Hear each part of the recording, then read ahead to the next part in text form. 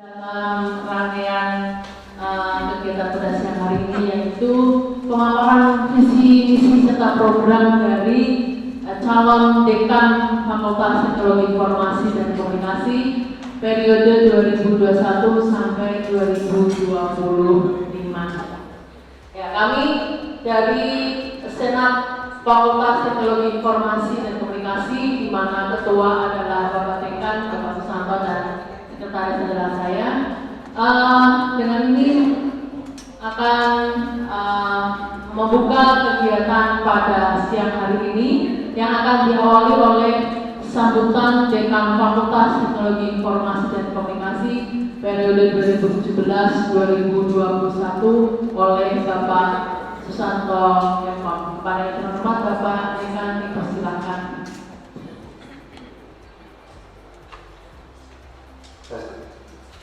Assalamualaikum warahmatullahi wabarakatuh. Salam sejahtera bagi kita semua. Yang saya hormati Pak Rektor Kedua Universitas Malang, Bidin. Kemudian yang saya hormati Pak Dekan 1, Bu Bensi, Pak Dekan 2, Bu Erika.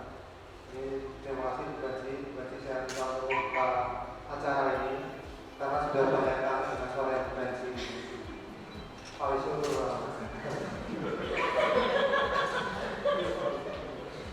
Ini acara sampel rapat senat yang diperluas, senat terbuka gitu ya. Dengan agenda utama adalah pemaparan visi misi program kerja calon dekan FTIK USN. Kemudian kemarin sudah kita tetapkan bakal calonnya ada 5 ya. Kemudian yang bersedia maju ada 2 gitu. Kemudian sesuai aturan bahwa yang kita usulkan ke rektorat itu ada 2 suara terbanyak pertama dan 2 suara terbanyak kedua. Kemudian aturan juga mengatakan bahwa yang punya hak suara adalah senat fakultas. Tetapi karena yang maju di 2, bagi saya 16 senat dan semuanya pun saya pikir sudah mewakili semua. Artinya yang satu pun dapat suara satu pun juga tetap kita ajukan gitu. Jadi suara terbanyak 1 ya harapannya dia yang jadi dekannya. Harapan kita, tapi kan juga belum tentu. Kalau imbang itu ya direktur nanti yang akan memutuskan. Itu ya kira-kira teman-teman ya. Jadi kita semua juga ingin tahu kira-kira pimpinan ke depan itu dengan ke depan itu mungkin gambaran nanti kamu mau dibawa kemana, langkah-langkahnya apa kita kerjakan. Tapi kita sudah punya panitia menggantikan ya. Jadi ini nanti waktu saya berikan kepada panitia mekanismenya bagaimana, bentuknya bagaimana. Waktu dan tempat ini saya langsung berikan kepada panitia. Dan ini dibuat oleh Pak Eci Nurwan. Begitu. Terima kasih. Wassalamualaikum warahmatullahi wabarakatuh. Baik, terima kasih kepada Bapak Dekan. Untuk selanjutnya monggo dari panitia pemilihan dekan FTIK periode 2021-2025 untuk segera memandu kepada Ibu Desika selaku MC. Silakan untuk mengambil alih dan kami mundur diri dari podium. Terima kasih Bapak dan Ibu. Wassalamualaikum warahmatullahi wabarakatuh.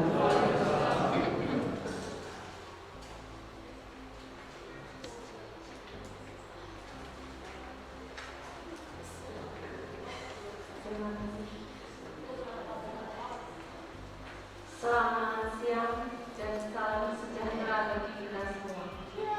Assalamualaikum warahmatullahi wabarakatuh. Dengan mengucap syukur kepada Tuhan Yang Maha Esa karena atas berkah dan karunia kita dapat berkumpul di acara calon pemilihan dekan FTIK periode 2001-2025 pada tanggal 11 November 2021.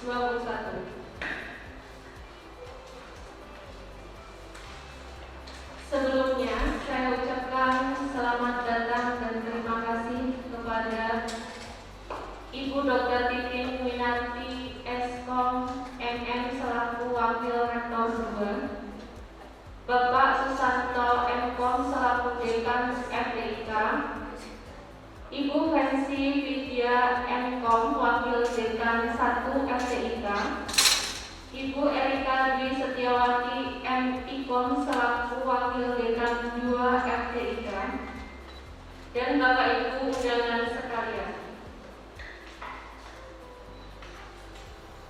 Bapak dan Ibu yang saya hormati, sebelum kita mulai acara pemilihan calon dekan FTIK ini, marilah kita berdoa sesuai dengan kepercayaan masing-masing. Berdoa mulai. Berdoa selesai. Bapak, Ibu, serta hadirin yang berbahagia, sebelum kita memasuki acara ini, saya akan membacakan susunan acara pada siang hari ini sebagai berikut.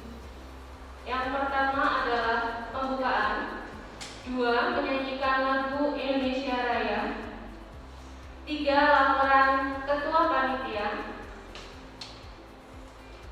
4. Acara pemaparan visi misi dipandu oleh moderator, 5. Pemungutan suara oleh Senat Fakultas, 6. Perhitungan suara, dan 7 adalah penutup.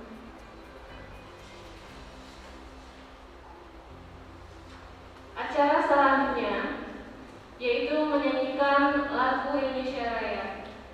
Hadirin dimohon berdiri.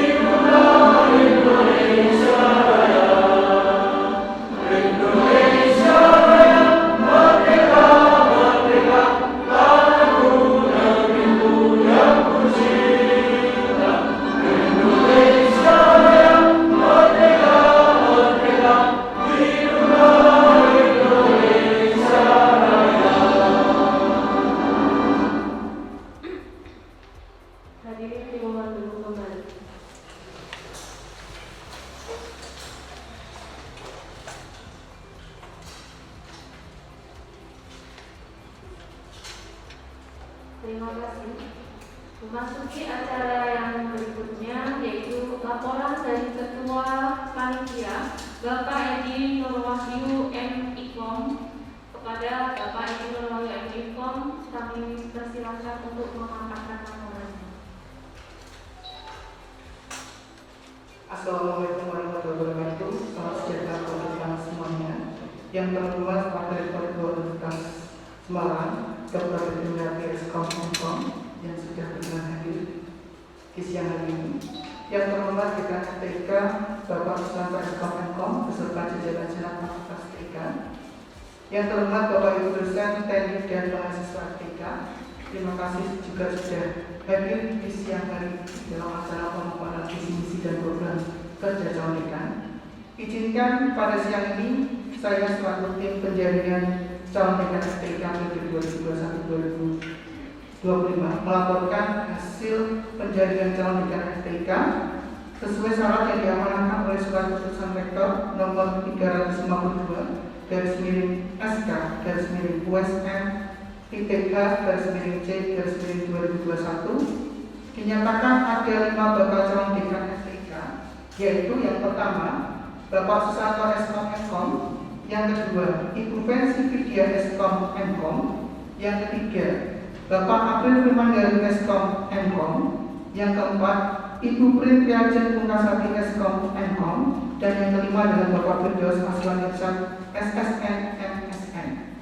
Dari kelima bakal calon dekan tersebut yang menyatakan kesediaan untuk maju menjadi calon dekan FTIK periode 2021-2025, dan setelah tahapan verifikasi berkas persyaratan yang dilakukan oleh tim penjaringan, maka ada 2 kandidat yang memenuhi kualifikasi untuk selanjutnya disahkan kepada Senat FTIK dan ditetapkan sebagai usulan calon dekan FTIK. Adapun 2 kandidatnya adalah yang pertama, Bapak April Firmandaru Eskom Mkom, jabatan golongan penata tingkat 1 3B dengan masa kerja 9 tahun 5 bulan, jabatan fungsional lektor 300, jabatan struktural akademik Ketua Jurusan Teknologi Informasi merangkap Ketua Program Studi Teknik Informatika periode 2017-2021. Yang kedua, Ibu Prin Priajen Pungkasati Eskom Mkom, jabatan golongan penata muda tingkat 1 3B dengan masa kerja 12 tahun 2 bulan, jabatan fungsional lektor 300, jabatan struktural akademik Sekretaris Jurusan Teknologi Informasi merangkap Ketua Program Studi Sistem Informasi periode 2017-2021. Kedua kandidat inilah yang pada siang ini akan mengikuti tahap penjaringan calon dekan berikutnya, yaitu pemaparan visi misi dan program kerja dan pemilihan oleh Senat Fakultas. Demikian laporan tim penjaringan calon dekan FTIK. Akhir kata saya ucapkan terima kasih. Wassalamualaikum warahmatullahi wabarakatuh.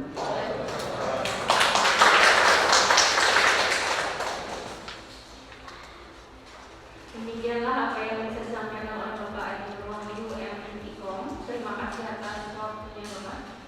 Memasuki acara yang kelima, yaitu pemaparan visi misi calon dekan yang akan dibantu oleh moderator kepada Bapak Khalil M. Kong. Kepada Bapak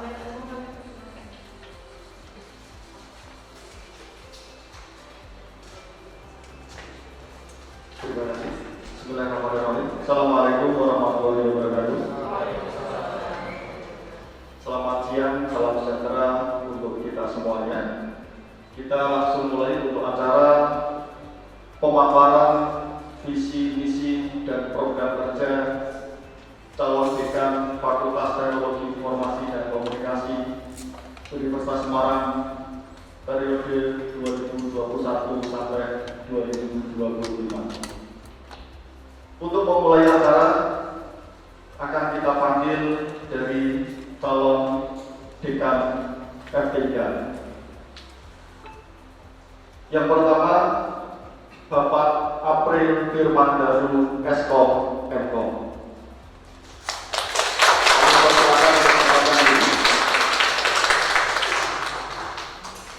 Akan saya bacakan untuk kurikulum vitae dari Bapak April Firmandaru Eskom Mkom. Beliau lahir di Semarang tanggal 25 April tahun 1976. Jabatan fungsional lektor 300. Alamat Jalan Telogo Pasing 3, Permulia Asri nomor 8H, Kecamatan Pedurungan, Semarang. Jabatan struktural akademik Ketua Jurusan Teknologi Informasi merangkap Ketua Program Studi Teknik Informatika periode 2017 sampai 2021. Oke, sekali lagi kita kasih applause untuk Bapak April Firmandaru.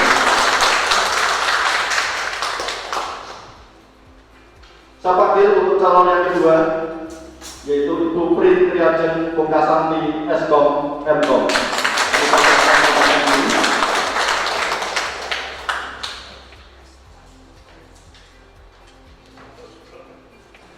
Saya bacakan untuk kurikulum vitae dari Ibu Prin Priajen Pungkasati Eskom Mkom. Beliau lahir di Medan tanggal 27 April 1983.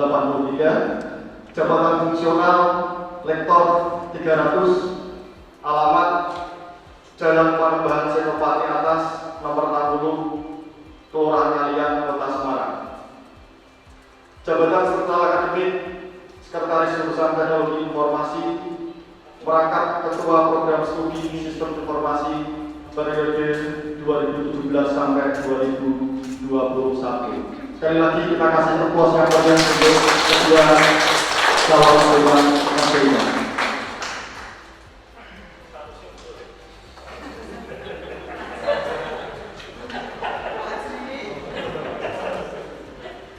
Berikutnya saya akan membacakan acara pemaparan visi-misi yang akan berlangsung pada siang hari ini. Acara ini nanti ada 4 sesi. Sesi yang pertama adalah penyampaian visi dan misi program kerja dari masing-masing calon. Nanti dimulai dari calon yang pertama, kemudian nanti dilanjutkan oleh calon yang kedua. Waktunya adalah 15 menit. Kemudian untuk sesi yang kedua, pertanyaan dari perwakilan program studi yang ada di Fakultas Teknologi Informasi dan Tenaga Kependidikan, dari program studi Sistem Informasi, program studi Teknik Informatika, program studi Ilmu Komunikasi dan Pariwisata, nanti dari Tenaga Kependidikan. Masing-masing pertanyaan hanya menyampaikan satu pertanyaan yang ditujukan ke semua calon. Waktunya 2 menit. Kemudian masing-masing calon nanti akan menjawab, waktunya 2 menit. Kemudian nanti ada tanggapan dari jawaban masing-masing calon. Untuk sesi yang ketiga adalah pertanyaan dari mahasiswa. Mahasiswa ini nanti diwakili oleh Orma yang ada di belakang. Dan alumni. Untuk alumni sudah kami siapkan dalam bentuk video, nanti akan kita bisa saksikan. Alumni FTK saat ini ada 3, yaitu dari program studi Sistem Informasi, Teknik Informatika dan Ilmu Komunikasi. Nanti disampaikan secara langsung 3 pertanyaan tersebut, masing-masing calon nanti bisa untuk menjawabnya. Kemudian untuk sesi yang keempat, yaitu pertanyaan dari Ketua Senat FTK, memberikan 1 pertanyaan ditujukan kepada masing-masing calon.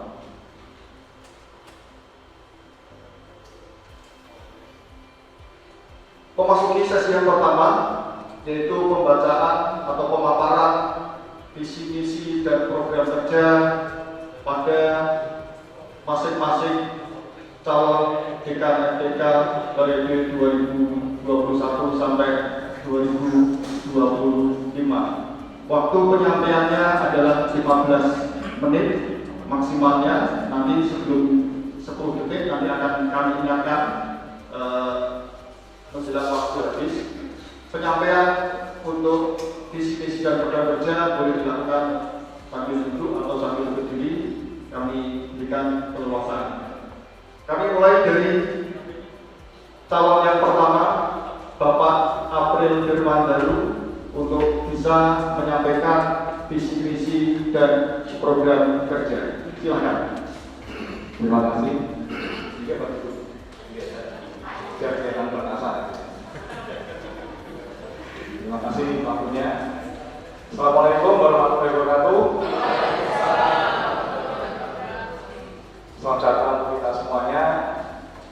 Dan yang terhormat Ibu Pipin nanti, Ibu Dokter Pipin nanti selaku Wakil Rektor 2. Pada yang terhormat juga Bapak Susanto Engkong selaku Dekan, Bu Erika Engkong selaku Dekan dan 2 ya. Bu Pensi, kembali ketemu Bu Pensi Engkong ya. Terima kasih juga untuk rekan-rekan di sini, anggota senat dan mahasiswa dan juga rekan-rekan dosen. Pada kesempatan ini saya akan memaparkan visi-misi saya. Dimulai dari visi saya dulu. Misalkan saya bisa menjadi dekan, apa yang ingin saya berikan untuk FTK ini. selama 5 tahun yang akan datang. Nah, untuk visi, ya, visi saya adalah menjadi salah satu fakultas terbaik dalam menghasilkan sumber daya insani di bidang teknologi informasi, komunikasi, dan pariwisata yang humanis, bernilai Indonesia, dan mampu bersaing di tingkat nasional maupun global. Di sini fokus saya adalah program. Programnya siapa? Mahasiswa. Mahasiswanya yang bagaimana? Mahasiswa yang bisa bersaing di tingkat nasional maupun global. Saya sampaikan ketika saya menjadi ketua jurusan dan juga menjadi ketua program studi, concern saya selalu ke mahasiswa. Saya ingat ya, ketika kita melihat peta yang namanya, jadi waktu saya jadi kampung ini, yang namanya program studi TI itu banyak sekali di Semarang. Ada PSN, ada Udinus, Unika, UGRIS, terus ada STEKOM, macam-macam, banyak sekali. Mereka semuanya punya akreditasi yang sama, bahkan ada yang lebih baik dari TI, ya, adalah Udinus. Kalau kita bicara tentang akreditasi, ada yang lebih baik, berarti program kita itu apa? Program kita adalah mahasiswa yang tidak bertumpu pada akreditasi, tetapi bertumpu pada kompetensi yang dibutuhkan dalam dunia kerja, bahkan bisa berwirausaha. Saya tidak segan-segan dalam tanda kutip menjajakan atau memasarkan alumni-alumni saya ke pemerintahan, ke instansi-instansi sekolah, bahkan ke tempat manapun, sehingga banyak yang menghubungi saya ketika membutuhkan alumni-alumni yang bisa punya spesifikasi khusus. Jadi di sini memang mungkin sudah ada belasan puluhan ya, yang bisa memberikan informasi dan akhirnya bisa berkompetisi di tengah-tengah padatnya persaingan kerja. Yang terakhir kemarin ada dari sebuah instansi yayasan sekolah besar di Semarang, ya, yayasan besar Semarang bentuknya Progress. Saya tawarkan, dan kebetulan memang yang mahasiswa tersebut bisa kompeten di sana, sehingga dari yayasan tersebut kembali menelpon saya ketika membutuhkan alumni. Tidak hanya sebatas TI, bahkan yang ini Ilkom. Saya sudah sampaikan ke Bu Erika juga, ada yang butuh dan sebagainya. Lebih daripada itu, ada kemarin dari perguruan tinggi yang lain. Perguruan tinggi yang lain itu dosen dapat proyek skala nasional, bukan lokal ya, nasional. Membuat sistem jaga kapal dana desa. Ini levelnya nasional. Sampai Gorontalo, sampai NTT, dan sampai hampir seluruh Indonesia. Datang ke saya, dia juga, saya cari di Semarang ini yang punya kompetensi ini, hampir tidak ada. Sudah saya akhirnya ke saya bilang, kalau saya kasih mahasiswa saya bagaimana, karena memang belum lulus, ya, baru TK. Dan kenyataannya memang berhasil, ya, sampai menulis di statusnya di Facebook, ya, di Facebook, di Instagramnya. Ya, saya kan Pak Rektor pada waktu itu Pak Andi juga kasih apresiasi. Beliau menyampaikan, padahal di situ teman-temannya bukan hanya dari dosen-dosen, tapi dosen-dosen yang lain juga menyatakan memang mahasiswa USN jenius, karena bisa menyelesaikan sistem skala nasional. Ya ini sebagai adalah otaknya. Itulah yang saya katakan bersaing di tingkat nasional maupun global. Kalau global ada alumni kita. Satu kali saya tanya kepada alumninya, kerja di mana? Saya tidak kerja Pak, saya wirausaha. Wirausaha apa? Saya sekarang bangun sistem pelatihan di Amerika. Dia ada menangani beberapa perusahaan di Amerika. Jadi bersaing. Dari Amerika sudah meminta dia untuk bangun web berbasis sistem itu, berarti kan sudah ada kepercayaan tingkat nasional juga. Nah kalau kita bicara ini berarti ukurannya juga adalah proses pembelajarannya. Bagaimana dosen-dosen yang harus aktif, bagaimana dosen-dosen yang harus berusaha untuk selalu meningkatkan kompetensinya. Nah, menghasilkan ini adalah maksud saya. Sehingga kalau kita sudah punya positioning nantinya ke depan, saya tidak bicara lagi tentang TI, tapi saya bicara tentang fakultas. Saya ingin bahwa bukan hanya di TI, tapi juga di SI, juga di pariwisata, di ilmu komunikasi juga memiliki kompetensi-kompetensi demikian yang bisa membedakan mana lulusan dari fakultas teknologi informasi komunikasi dengan yang lainnya. tentu ini ada satu desain yang harus baik di dalam proses pembelajarannya. Nah, maksud saya 5 tahun ke depan adalah di sana. Terus misinya apa? Apa yang harus saya lakukan di sini? Yang pertama-tama menyelenggarakan proses pembelajaran yang berkualitas sesuai dengan keilmuan dan kebutuhan masyarakat di bidang teknologi informasi, komunikasi, dan pariwisata. Jangan sampai fakultas ketika di mana ada prodi-prodi di bawahnya ini menjadi semacam menara gading. Kita hebat di kampus, begitu lulus mahasiswanya istilahnya tergagap-gagap di dalam dunia kerja. Bingung. Karena apa? Kenyataannya setelah lulus ilmunya tidak bisa diterapkan. Ini yang tidak boleh terjadi. Sehingga kalau kita bicara tentang proses pembelajaran yang baik, proses pembelajaran ini harus sesuai dengan kebutuhan masyarakat. Ya ini yang perlu disurvei benar-benar. Ya, masyarakat butuhnya apa? Ya tentu tidak hanya di bidang IT saja. Ya sekarang kalau kita bicara kebutuhan masyarakat, rata-rata basisnya adalah digital. Ya tentu di bidang komunikasi pun sekarang berkembang di komunikasi digital.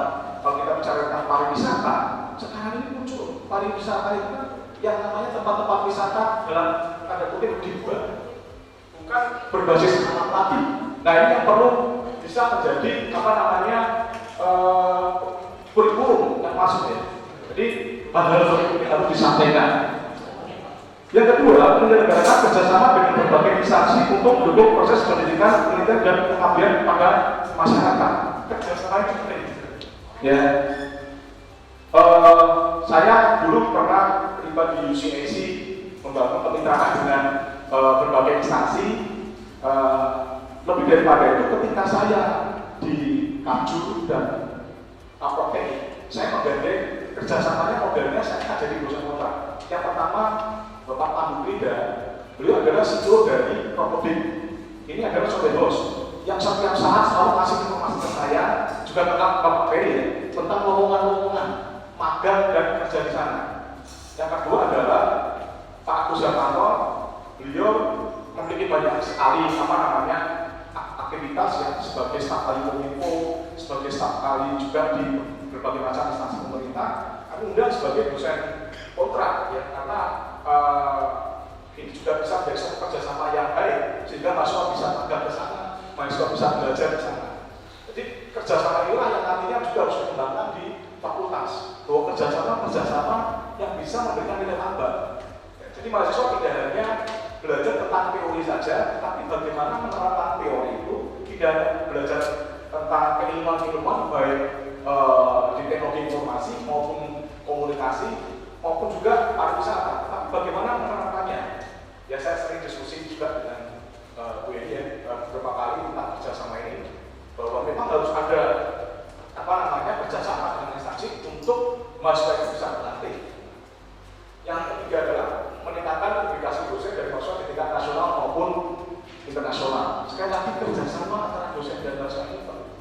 Ya, kemarin saya membangun satu komunikasi juga dengan Fakultas Pembinaan Mangisi, dengan Mas Alam Ketua Mangisi yang kemarin kegiatan-kegiatan itu juga memberi dampak selain untuk memberikan kompetensi pada mahasiswa, juga untuk mahasiswa di luar USN, bahkan bisa bimbing. Kemarin yang pertama nambah Pak Oleh untuk Corel, terus yang kedua ANFA untuk UMKM yang mengikuti itu bukan hanya dari USN, bahkan ada yang dari Bunda Gembang kalau tidak salah, ada yang dari luar Jawa, ya. Apalagi yang UMKM sudah kemarin, dan yang terakhir menggandeng dari Pak Soiful untuk promo ke SMK pelatihan Office 365. Jadi kegiatan-kegiatan ini istilahnya kalau ada kata sekali dari 2-3 blok bersama ya. Jadi ada beberapa kegiatan yang dapat selain kompetensi dan branding.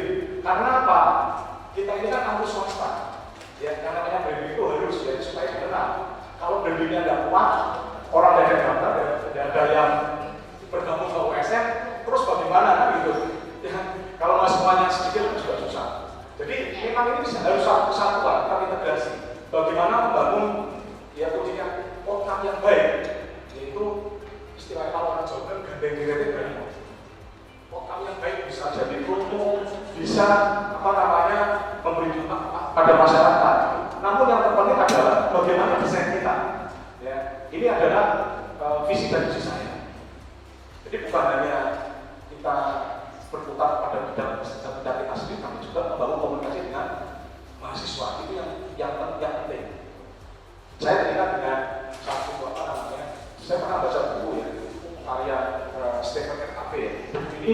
dipakai oleh Astra ketika merekrut pegawai tentang the seven habits of highly effectiveness people. Jadi bagaimana wujud kebiasaan manusia efektif. Nah, saya ada poin yang bagus itu adalah apa? Kesaling tergantungan. Kesaling tergantungan pada satu poin di antara 7 itu. Kesaling tergantungan adalah kumpulan dari orang-orang yang punya kompetensi tetapi bisa bekerja sama. Bisa bekerja sama. Nah, ini yang harus dibangun. Saya tahu di sini semuanya adalah orang-orang kompeten semuanya, dan kita harus bekerja sama di sini, baik dengan sama dosen maupun juga dosen dengan mahasiswa. Selanjutnya, untuk tujuan menghasilkan sarjana yang kompeten di bidangnya, paham pemanfaatan teknologi digital dan mampu berkompetisi di dunia usaha dan industri. Ya, kunci di sini adalah paham pemanfaatan teknologi digital. Ini bukan hanya orang teknologi informasi. Saya kira ilmu komunikasi juga sudah sering kali ya memakai perangkat ya. Jadi kalau kita belajar bukan hanya mengembangkan sistematik kepada penerapan teknologi informasi, ya, teknologi digital, ya, komunikasi maupun pariwisata yang mampu berkompetisi di dunia usaha dan industri. Tadi sudah saya sampaikan di awal, itu tujuan saya seperti ini. Selanjutnya adalah terjalinnya hubungan kerjasama dan kemitraan dengan dunia usaha dan industri. Dan saya sampaikan di awal ada apa yang menjadi visi saya ke depan. Ya, tadi saya kasih contoh ketika saya jadi kapolri, tetapi juga ketika jadi dekan, saya ingin bahwa prodi-prodi di bawahnya punya kemitraan yang strategis, ya, yang strategis, yang bukan hanya di atas kertas, yang ada actionnya, ya, yang bisa memberi manfaat, yang bukan hanya karena syarat, tetapi memang bisa memberi manfaat. Selanjutnya, terwujudnya manajemen pendidikan yang berorientasi pada mutu. Ketika kita bicara pada mutu, ini kita bicara tentang akreditasi. Ya. Manajemen pendidikan yang berorientasi pada mutu. Di rumah orang tua saya ada akuarium. Saya sering lihat. Ya. Dulu waktu kita mati ya. Sekarang sudah mati, sudah masuk. Tapi ketika masih ada, saya selalu lihat ikan itu. Ikan itu berada sana, sini. Dan berhenti ya, dari saya pagi lihat, masih gerak. Tapi tidak tahu bahwa ikan itu tidak hanya di akuarium terus, maupun gerak sehari, gerakan itu tetap di akuarium terus. Artinya apa? Artinya aktivitas yang dilakukan oleh ikan itu tidak membawa ikan itu kemana-mana, hanya berada di akuarium. Demikian juga dengan action pendidikan yang berorientasi pada mutu. Ketika kita bicara pada mutu, action kita itu adalah action yang mampu membawa kegiatan pembelajaran kita, proses pembelajaran ini pada mutu. Salah satunya adalah kita adalah apa? Akreditasi. Akreditasi ini yang menjadi concern. Kenapa? Kalau bicara tentang perusahaan, bisnis utama yang bisa membuat kampus Waktu masih 30 detik, Pak. Ya. Oke. Adalah akreditasi. Ya. Oke, saya terwujudnya atmosfer akademik yang dinamis dan bertanggung jawab. Ya, jadi karena kita menghadapi dunia pendidikan yang selalu berubah-ubah. Oke, next ya. Saya akan cepat saja ya. Jadi silakan baik saja ya. Yang terakhir yang penting. Cukup, Bapak. Yang saya terakhir. Ada di kantor saya. Cukup. Etika adalah kita. Oke, kita akan fokus ke yang pasangan nomor 1. Baik, terima kasih pada Pak April Mandaru. Kemudian untuk pemaparan visi misi dan program kerja akan disampaikan oleh calon kedua kepada Ibu Priyatin Pungkasari.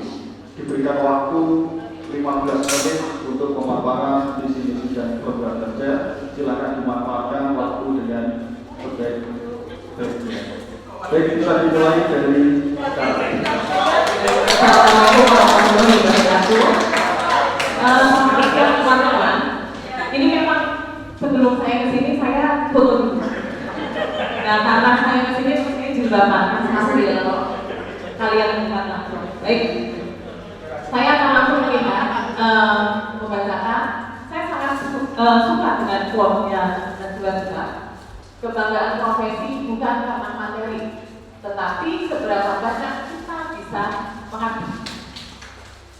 Nah, di sini yang mau saya garis bawahi adalah kata mengabdi. Kenapa mengabdi? Karena menurut saya dimanapun posisi kita itu adalah seorang pengabdi. Sedangkan pengabdi sendiri, yang pemimpin itu adalah seorang pengabdi, yang mana pengabdi ini akan saya breakdown. A itu adalah amanah. Menjadi seorang pemimpin itu harus beramanah. Yang kedua adalah B, berani. Kenapa berani? Artinya kita sebagai pemimpin itu harus berani menanggung resiko yang terjadi. Kita harus berani bertanggung jawab terhadap apa yang terjadi. Terus D adalah dedikasi, dan yang terakhir adalah I adalah integritas. Apa beda itu hati. Kalau ini aktif.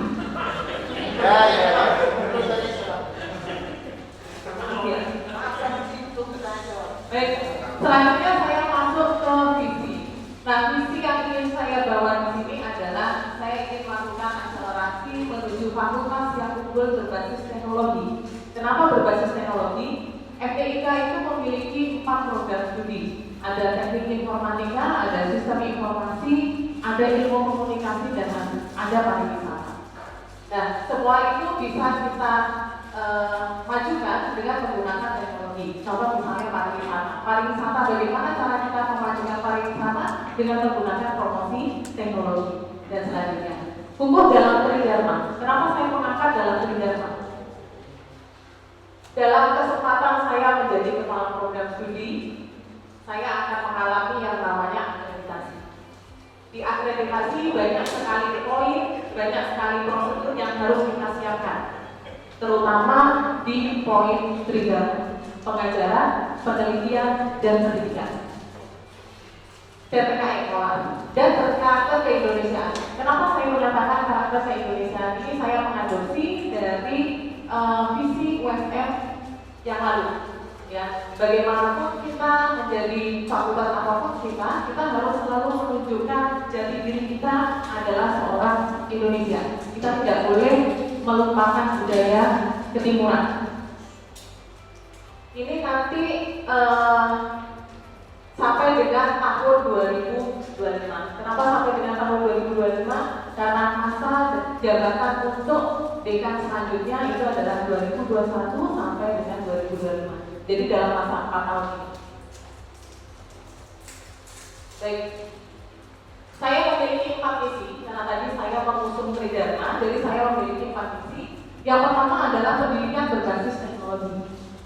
Menyelenggarakan pendidikan berbasis teknologi secara profesional dan terintegrasi dengan dunia industri.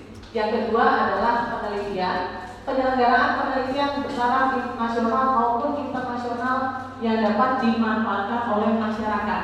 Maksudnya masyarakat di sini adalah masyarakat umum. Pengabdian, menyelenggarakan pengabdian kepada masyarakat melalui penerapan dan pemanfaatan keilmuan bagi dunia industri dan dunia pendidikan. Harapannya bahwa pengabdian ini dapat diterapkan di semua lini. Yang terakhir adalah kerjasama, yaitu memperluas jejaring kerjasama dengan internal dan eksternal stakeholder. Yang dimaksud dengan internal stakeholder itu adalah dosen, mahasiswa, alumni, dan seterusnya. Sedangkan eksternal itu adalah mitra dari luar universitas. Baik, ini adalah program kerja saya. Jadi program kerja saya itu mengacu dari 4 misi yang saya usung. Dan masing-masing program kerja itu mencerminkan poin-poin atau prosedur yang ada di dalam akreditasi. Kenapa seperti itu? Karena setiap program studi pasti harus melakukan yang namanya akreditasi. Dan akreditasi itu banyak sekali poin. Ya, itu yang kita harus persiapkan setiap saat. Yang pertama adalah pengembangan kurikulum dan teknologi pembelajaran yang selaras dengan kebutuhan industri.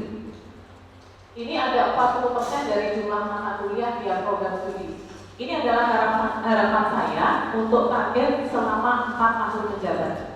Yang kedua, peningkatan untuk akreditasi dengan target pencapaian peningkatan nilai skor akreditasi sebesar 15%. Maksudnya di sini itu seperti ini. Misal untuk program studi SI memiliki skor 320, berarti harapannya ketika akreditasi berikutnya nilai itu bisa naik sebesar 15%. Peningkatan kapasitas laboratorium secara kualitas maupun kuantitas dengan target pencapaian lisensi software dan upgrade perangkat.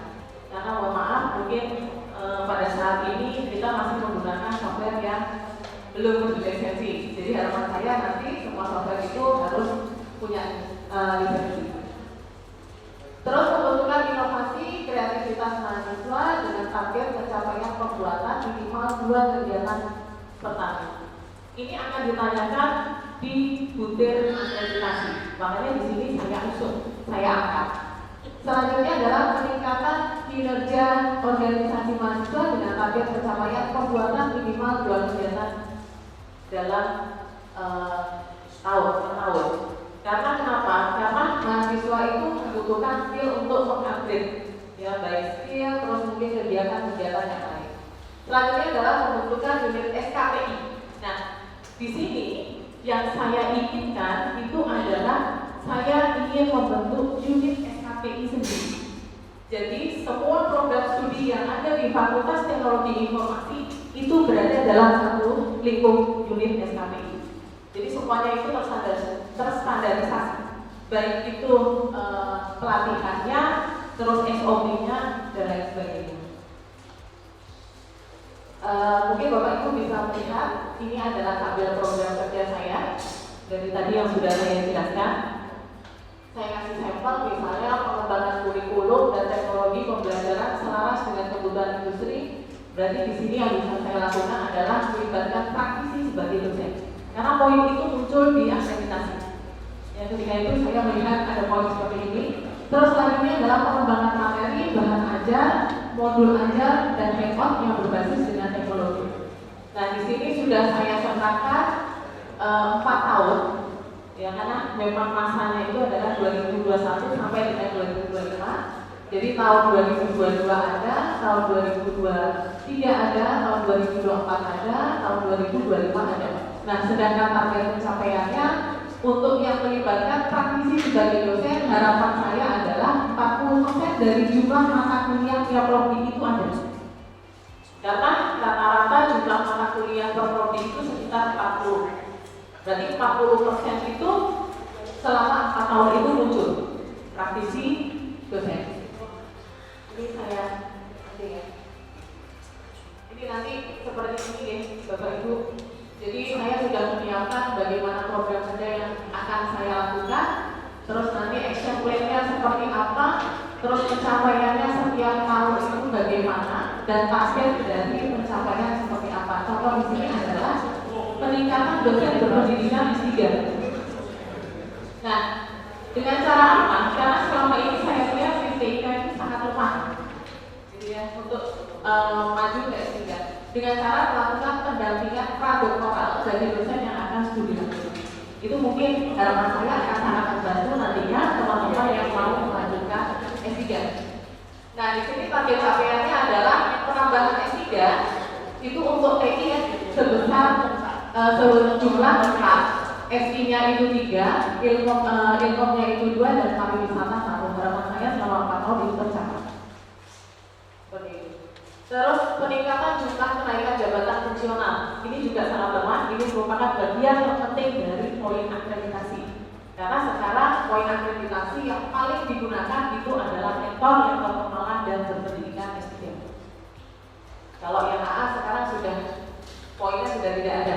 Nah, harapan saya dalam 4 tahun ke depan itu adanya penambahan dosen, guru besar, terus lektor kepala sebanyak 8 orang, terus lektor 15 orang, dan AA sebanyak 15 orang.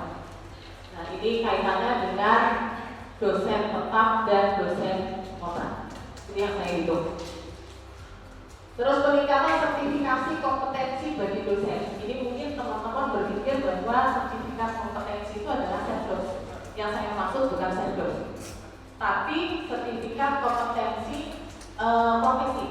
Contoh misalnya Oracle, terus Cisco dan sebagainya. Harapan saya adalah kita memiliki, dosen-dosen kita ini memiliki sertifikat seperti itu, yang nantinya sertifikat itu dapat digunakan dosen untuk melakukan pelatihan SKPI. Terus kita juga bisa membuka lembaga pelatihan untuk eksternal. Itu yang saya harapkan. Jadi yang mengajar itu nanti punya sertifikat profesi asli dari masing-masing bidang. Selanjutnya adalah penyelenggaraan studi banding untuk staf dan dosen, ya, pengembangan kemampuan teknik dan teknisi. Nah ini yang saya cermati, karena selama ini yang saya perhatikan pengembangan untuk teknik dan teknisi itu jarang sekali dilakukan. Itu yang akan menyulitkan bagi butir yang ada di akreditasi. Makanya di sini saya mengusung bahwa nanti akan melakukan pengembangan kemampuan teknik dan teknisi. Dengan cara apa? Dengan cara peningkatan skill sesuai dengan bidang masing-masing. Oke. Nah, ini juga ada peningkatan kapasitas lab secara kuantitas maupun kualitas. Ada pembentukan inovasi dan kreativitas mahasiswa, ya, dengan cara action plan yang sudah saya jelaskan. Peningkatan kriteria kinerja OMA, pembentukan unit SKPI. Ini yang saya bilang tadi. Saya ingin ada unit SKPI agar semua standarisasinya sama, SOP-nya sama, pengelolaannya sama. Artinya semua dikelola dalam satu pintu. Selanjutnya. Nah, ini yang selanjutnya adalah misi saya kedua, yaitu penyelenggaraan penelitian bertaraf nasional ke nasional yang dapat dimanfaatkan bagi masyarakat.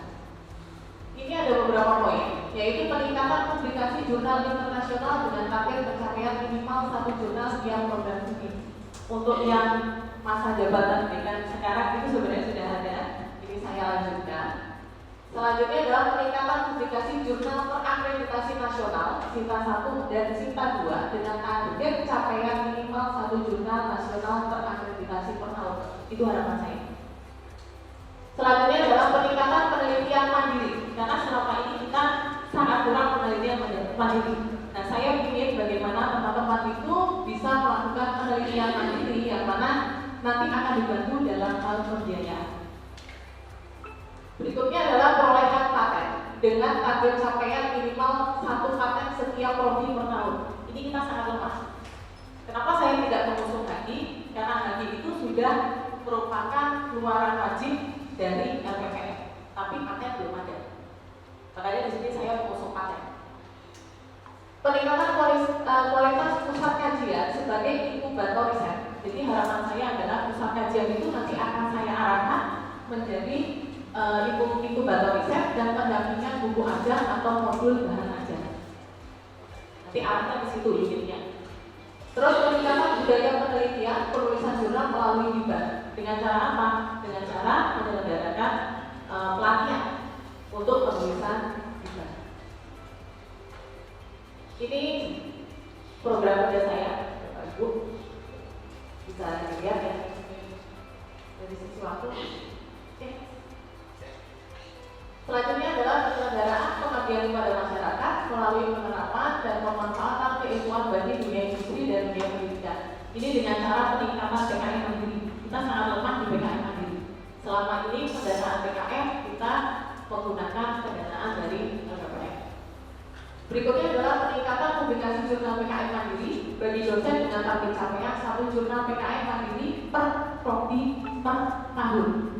Jadi minimal harus ada 1 jurnal PKM mandiri. Yang ketiga adalah peningkatan hibah PKM. Nah ini juga sangat kurang. Selanjutnya, waktu masih 30 detik. Ini adalah perluasan dari kerjasama dengan internal dan eksternal, pembentukan unit kerjasama, pembentukan unit promosi, dan pengembangan jaringan organisasi alumni. Jadi sebetulnya harapan saya nanti akan terbentuk beberapa unit. Pertama adalah unit SKPI, yang kedua adalah unit akreditasi, yang ketiga adalah unit promosi, yang keempat adalah unit kerjasama. Jadi nanti akan membantu semua program studi dalam melakukan kegiatannya. Yang terakhir, Baik, cukup Ibu Pri. ya, akan diwakilkan. Oke, demikian tadi pemaparan visi-misi dan program kerja dari kedua calon. Sebelum kita masuk ke sesi kedua, kita kasih applause sekali lagi kepada kedua calon.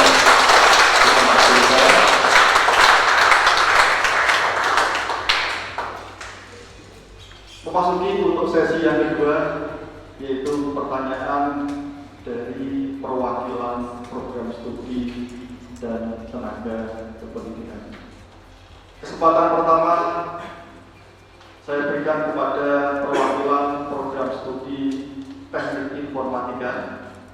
Mohon untuk yang mewakili bisa mengajukan satu pertanyaan yang ditujukan kepada masing-masing calon. Waktu untuk bertanya maksimal adalah 2 menit. Mungkin bisa dibantu panitia. Saya silakan bisa berdiri untuk menyampaikan pertanyaannya mewakili dari program studi Teknik Informatika. Bismillahirrahmanirrahim. Assalamualaikum warahmatullahi wabarakatuh. Mohon izin Pak Ketua Panitia, pertanyaan saya ada 10.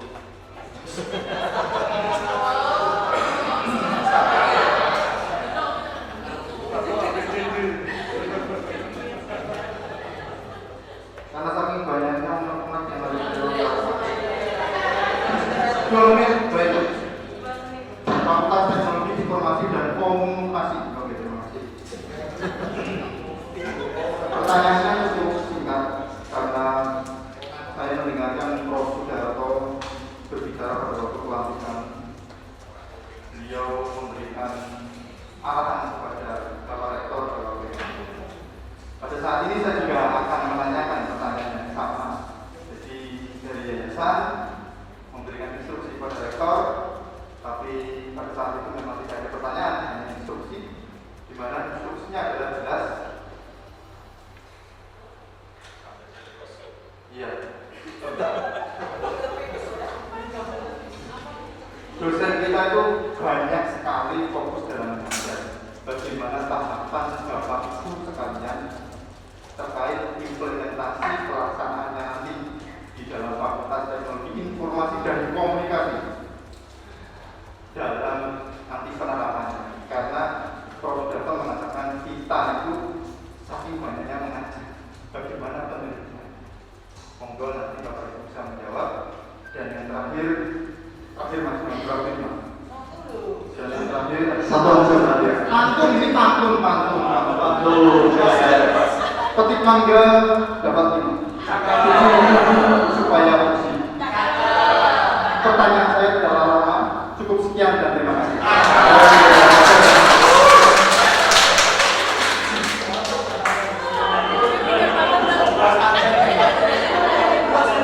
Oke, siang ini sangat ramai ya. Baik, itu tadi pertanyaan yang disampaikan oleh Pak Arya kaitannya dengan banyakkan mengajar gitu Pak Arya, banyakkan mengajar, penelitiannya keker atau yang lainnya keker.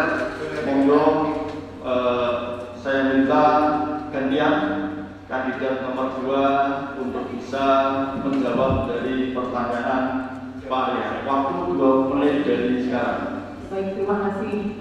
Ini kesempatan pertama ya. Dan pertanyaannya dari Pak Amir. Oke, bagaimana caranya supaya dosen-dosen itu tridharmanya terpenuhi? Intinya seperti itu ya Pak ya.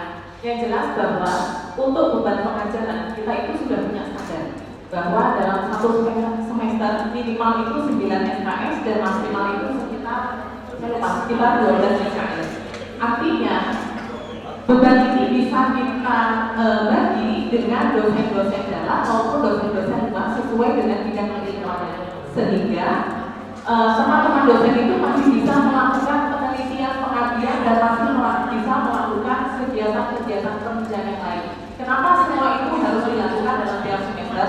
Karena itu adalah tuntutan kita sebagai pengajar. Setiap semester kita diminta untuk melakukan tridharma plus kegiatan hukum yang mana itu nanti akan terekam di BKD dan penilaian kinerja yang lain. Jadi menurut saya beban kerja itu setiap dosen harus sama agar semua dosen bisa melakukan tridharma lain. Mungkin itu dari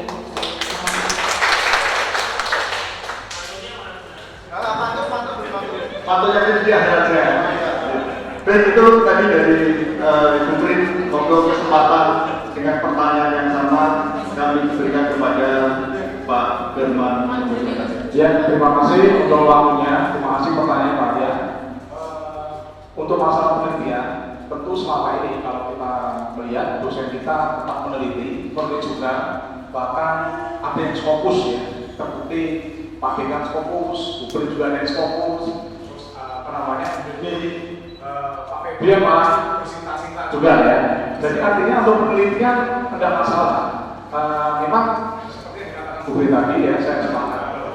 Untuk beban pengajarnya memang sudah ada aturannya, dan kita juga ada dosen-dosen yang lain ya, dosen kontrak yang bisa diandalkan juga sebagai tim teaching atau untuk pembagian langsung dalam mengajar.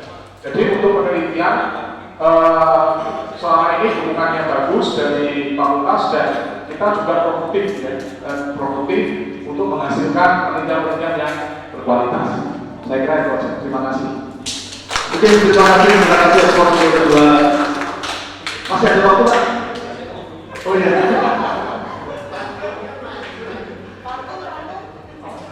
Pantulnya nanti ya. Baik, kemudian untuk sesi kedua, pertanyaan dari perwakilan program studi sistem informasi bisa memberikan satu pertanyaan kepada masing-masing calon. Waktunya untuk bertanya adalah 2 menit. Mewakili Pak Saifuledi ya. Untuk pada Pak Saifuledi, monggo silakan. Terima kasih Pak Khalil. Assalamualaikum warahmatullahi wabarakatuh. Kebetulan namanya sama. Kan ini dulu Mas Pacarnya saya, ini dulu Mas Khalil. Nah, iya.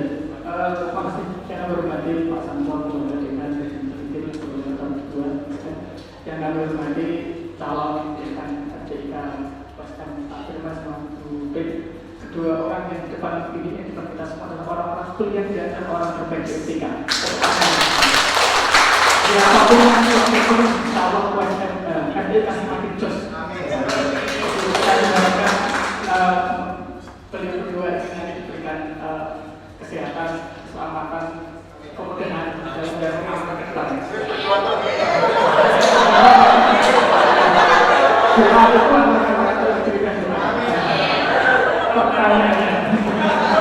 Fakultas STIK ini adalah merupakan fakultas besar di mana profesinya paling banyak, psikologinya 1, ekonomi 3, kemudian tekniknya 3. Ketika ini paling besar, ada SI, TI, ada Telkom, kemudian ada pariwisata yang terbanyak. Jadi merupakan kelebihan kita, tapi juga akan ketika kita tidak sinkron, tidak harmonis akan memicu sebuah konflik bagi kesini. Yaitu pertanyaan saya untuk beliau berdua yang depan, bagaimana cara supaya kebersamaan keharmonisan di antara teknik dan dosen ini supaya tetap kebersamaan tetap kuat, terutama tadi kalau yang Pak Arya tentang tiga tugas dosen di luar tiga ini ada yang berbeda lebih, ada yang kurang, ada yang tidak ikhlas, dan termasuk teknik bagaimana biar selalu bersama. Satu lagi pertanyaan, karena waktunya masih banyak, tapi boleh tidak jawab ya. Waktunya tadi kan Pak Firman masih singkat, yang kedua adalah bagaimana pengembangan MBKM di RJIK. Boleh tidak jawab? Terima kasih. Tutup dengan pantun. Ikan hiu makan tempat. We love you forever. Oke, cukup Pak. Pantun. Oh iya. Kesekian tanpa kekasih.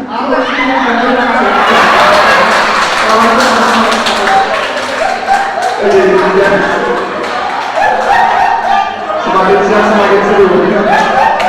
Baik, kesempatan pertama kami berikan ke Pak Firman untuk menjawab. Waktunya 2 menit dari sekarang. Terima kasih waktunya. Waktunya yang kedua itu juga banyak. Yang tanpa kasih. Cek, ya. Terima kasih. Sejak saya masuk di PPK ini, kalimat pertama yang saya dapatkan, yang bukan saya dapatkan ya, yang selalu saya ingat itu adalah pesan waktu dekan Bu Titin ya, kebersamaan. Dan ketika Pak Susanto dekan juga adalah kebersamaan. Bahkan Pak Susanto juga menyampaikan bagaimana musyawarah. Ya, artinya memang ini adalah bagian yang memang sudah saya jalani sejak di sini, dan tentu memang sampai dengan saat ini kebersamaan DPK ini menurut saya adalah yang terbaik yang ada di ini. Jadi kalau politik ini menekankan kebersamaan. Nah, tentu ke depan ini akan saya lanjutkan. Bahkan kalau bisa adalah kita tingkatkan bagaimana kita saling menghargai, bagaimana kita saling melengkapi. Seperti yang saya sampaikan tadi, kesaling tergantungan. Jadi saya sampaikan poin dari pendidikan kesaling tergantungan itu adalah masalah kebersamaan. Jadi tidak ada yang merasa lebih terus bagaimana dengan yang lainnya. Tapi bagaimana saling membangun gotong royong untuk membantu. Masih ada waktu ya. Kalau masalah saya biasanya belajar dari quote-nya Pak Santo yang di WA itu, tapi malah lucu-lucu ya dari untuk MBKM tentu kita sudah siapkan ya, biasanya saya mendukung sekali dan juga memfasilitasi mahasiswa-mahasiswa yang mengikuti, bahkan kemarin ada yang sampai ke Lampung ya, aku sempat berjuang, jadi kita mendukungnya. Terima kasih dari. Terima kasih Pak Firman. Mohon untuk Bu Pri menjawab dengan pertanyaan yang sama, waktunya 2 menit dari sekarang. Baik, terima kasih. Terima kasih Pak Sugeng tadi, terima kasih Pak Ustaz.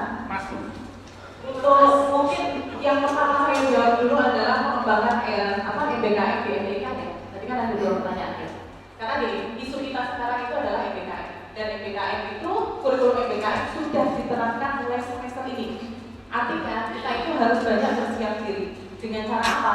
Yang pertama tentunya adalah sebanyak-banyaknya kita harus mencari mitra, karena kunci utama dari MBKM itu adalah mitra. Terus selanjutnya bagaimana caranya supaya dosen dengan teknik itu bisa berkesinambungan gitu ya, harmonis. Baik. Tadi sesuai dengan yang dikatakan Pak Firman, dari awal saya masuk di sini itu 2007 sampai dengan sekarang. Tapi saya masih muda ya. 2007 sampai dengan sekarang. Ini kebersamaan itu selalu terjaga. Harapannya ke depannya pun kebersamaan akan tetap dijaga. Selain kebersamaan, harapan saya adalah kekeluargaan juga harus dijaga serta keadilan. Maksudnya bagaimana? Artinya antara satu dengan yang lain, baik itu dosen maupun teknik, memiliki beban kerja yang sama. Jadi jangan ada yang timpang, yang satu beban kerjanya banyak, yang satu beban kerjanya sedikit. Bagaimana caranya? Contoh, ada kepanitiaan. Kalau kepanitiaan artinya semua yang ada di situ itu harus pernah merasakan. Kenapa? Karena kepanitiaan itu juga bagian dari kegiatan penunjang dosen. Maka semua dosen, semua teknik harus merasakan hal yang sama. Nah, itu untuk membangun kebersamaan antara teknik dan mungkin itu dari Terima kasih kepada Menteri dan Pak Firman. Masih di sesi 2, berikutnya yaitu pertanyaan dari perwakilan program studi ilmu komunikasi. Sama, satu pertanyaan, kalau patuh boleh satu ya. Tapi pertanyaan tetap satu. Kemudian waktunya 2 menit dari sekarang ditujukan kepada kedua calon dekan FBK. Monggo yang mewakili Mbak Gita, waktunya 2 menit dari sekarang. Silakan. Ya, terima kasih Pak Konde. Selamat siang dua kandidat dekan. Mohon maaf, saya akan masih tunggu poin karena saya tidak bisa muncul sampai melawak sama saya.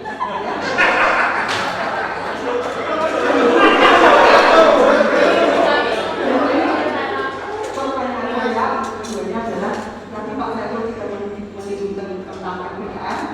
Saya ingin mengetahui komitmen kedua calon dekan di sini terkait dengan tantangan kedepannya kampus Merdeka yang membutuhkan usaha dan effort luar biasa. Sementara komitmen pribadi kita pasti akan disebutkan dengan bagaimana perusahaan pribadi dan lain-lain.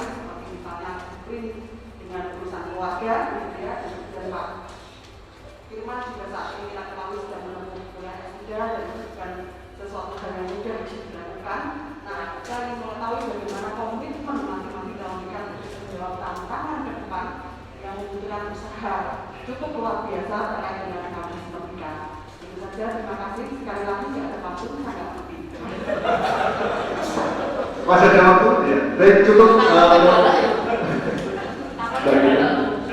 Saya minta untuk gantian tadi Pak Firman mulai, ini Bu Pri untuk menjawab dari pertanyaan Bu Gita. Monggo silakan. Baik, terima kasih Bu Gita. Tadi yang saya tangkap adalah bagaimana komitmen saya kalau seandainya saya memang berhasil masuk ke sini terhadap pekerjaan dan keluarga. Ini sudah saya pikirkan dari awal, artinya sebelum saya ingin masuk ke sini saya harus berkoordinasi dulu dengan keluarga saya. Dan mereka sudah harus tahu komitmen apa yang nantinya akan terjadi apabila saya berada di posisi ini. Ya, tanpa ada restu suami, saya tidak mungkin akan masuk ke sini. Nah, intinya seperti itu. Nah, bagaimana cara saya mengatur? Karena menurut saya itu adalah bagian dari keluarga besar STIK. Di sini saya termasuk senior. Bagaimanapun dari awal saya masuk sampai dengan sekarang, saya ingin sekali membangun STIK itu yang sudah baik menjadi lebih baik. Nah, karena dari itu saya akan berusaha dengan sekuat tenaga bagaimana caranya agar STIK ini lebih berkibar suaranya di di Universitas Semarang maupun di luar Semarang maupun di kota Semarang. Mungkin itu dari saya. Artinya saya berkomitmen. Masih ada waktu? Ada gula, ada semut. Tapi gue mau beli kok. Baik, cukup Bu Pri. Berikutnya kami berikan kesempatan kepada Pak Firman untuk menjawab. Ya, terima kasih pertanyaannya Bu Gita atau Miss Korea.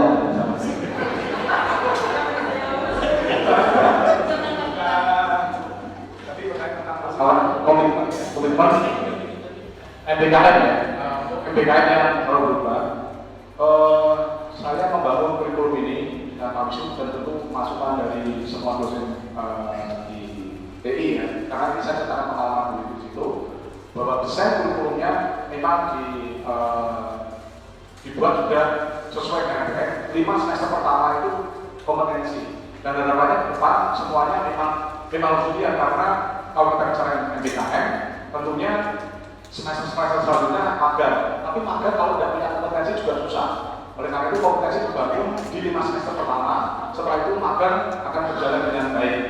Selanjutnya untuk masalah komitmen, kebetulan saat ini saya baru akan ya studi saya S3, saya sudah lulus ujian kualifikasi, sudah kandidat doktor, publikasi pertama sedang proses, terus artikel yang kedua juga sudah hampir selesai, mungkin di tahun ini sudah publikasi. Artinya kesibukan saya di studi sudah tidak mengganggu. Ya karena memang tinggal menunggu revisi, karena 2 artikel ini memang sudah proses sudah jadi. Ya. Jadi tentu prioritas kita bisa fokus ke menjadi BK yang bisa membangun satu kultur yang bagus bagi fakultas ini sehingga bisa lebih maju ya, kata pemerintah ini lebih berkibar kayak berbeda gitu ya. Jadi baik di sini maupun di tingkat yang luas lagi. Sekian, terima kasih. Tidak ada bulan, tidak ada semua. Terima kasih Pak Firman. Berikutnya adalah pertanyaan dari perwakilan program studi pariwisata. Monggo yang mewakili untuk memberikan satu pertanyaan. Waktunya 2 menit dari sekarang. Baik, terima kasih Pak Moderator. Last but not least, terakhir tapi tidak kalah penting. Kami Agung Supatek dari Prodi Pariwisata. Pertanyaan saya mengandung harapan. Jadi, bagaimana calon dekan ini yang nanti kalau terpilih, Anda bisa membuat kami tidak terlalu jauh jaraknya dengan kakak-kakak kami di Telkom, TI dan SI. Apa kira-kira kiat-kiat Anda untuk membuat kami tidak terlalu ketinggalan? Mungkin dua boleh ya. Satu pertanyaan Pak. Ketua Pankot, Pak. Itu kan baru ke dalam, sekarang yang keluarnya. Bagaimana supaya kita lebih dikenal orang di luar untuk prodi pariwisata dan USN. Terima kasih. Baik, itu pertanyaan dari Pak Dirman. Kami balik untuk Pak Dirman untuk menanggapi dari pertanyaan terkait prodi pariwisata. Silakan. Terima kasih Pak Irfan. Ini ingat Pak Maulana. Saya sampaikan ini ya, bagaimana pariwisata. Saya sering diskusi dengan Bu ini. Kalau ingin misalkan kita bicara pariwisata belum tentu dikenal. Tujuan utama pertama adalah brandingnya bagaimana. Jadi bagaimana melakukan branding itu kerjasama dengan berbagai pihak sehingga minimal dikenal dulu, dan minimal dikenal dari apa, dari kerjasamanya ini bisa dijual ya, bahwa pariwisata bisa kerjasama dengan instansi, berbagai macam instansi. Yang kedua adalah bagaimana pariwisata ini bisa memberikan satu kompetensi khusus bagi mahasiswanya yang berbeda dari pariwisata yang lain. Kalau tidak ada diferensiasinya, tidak ada pembedanya dibandingkan yang lain, saya kira susah maju. Dan tentu memang ini yang ditekankan agar pariwisata ini bisa dikenal oleh masyarakat. Nah, untuk langkah ke depan, kompetensi dari dosen memang perlu ya untuk selalu diupdate dan ditingkatkan, sehingga dari kompetensi dosen yang bagus ini tentu akan menghasilkan proses belajar mengajar atau pembelajaran yang bagus, dan hasilnya pun outcome-nya bagus tentu akan berkibar gitu di bukan hanya di sini tetapi di luar juga. Jadi ini berkesinambungan ya Pak, bukan hanya di internal SM. Kalau pembelajaran bagus tentu akan dikenal, dan jangan lupa selalu fokus pada akreditasi. Jadi segala aktivitasnya jangan kita sibuk tanpa menyerang akreditasi. Tiba-tiba kata akreditasi kita tidak punya data karena sibuk di bidang-bidang yang lain. Fokus ke sana. Saya kira itu saja. Sekian, terima kasih. Berikutnya kesempatan untuk Bu Brin untuk memberikan tanggapan. Terima kasih Pak Moderator.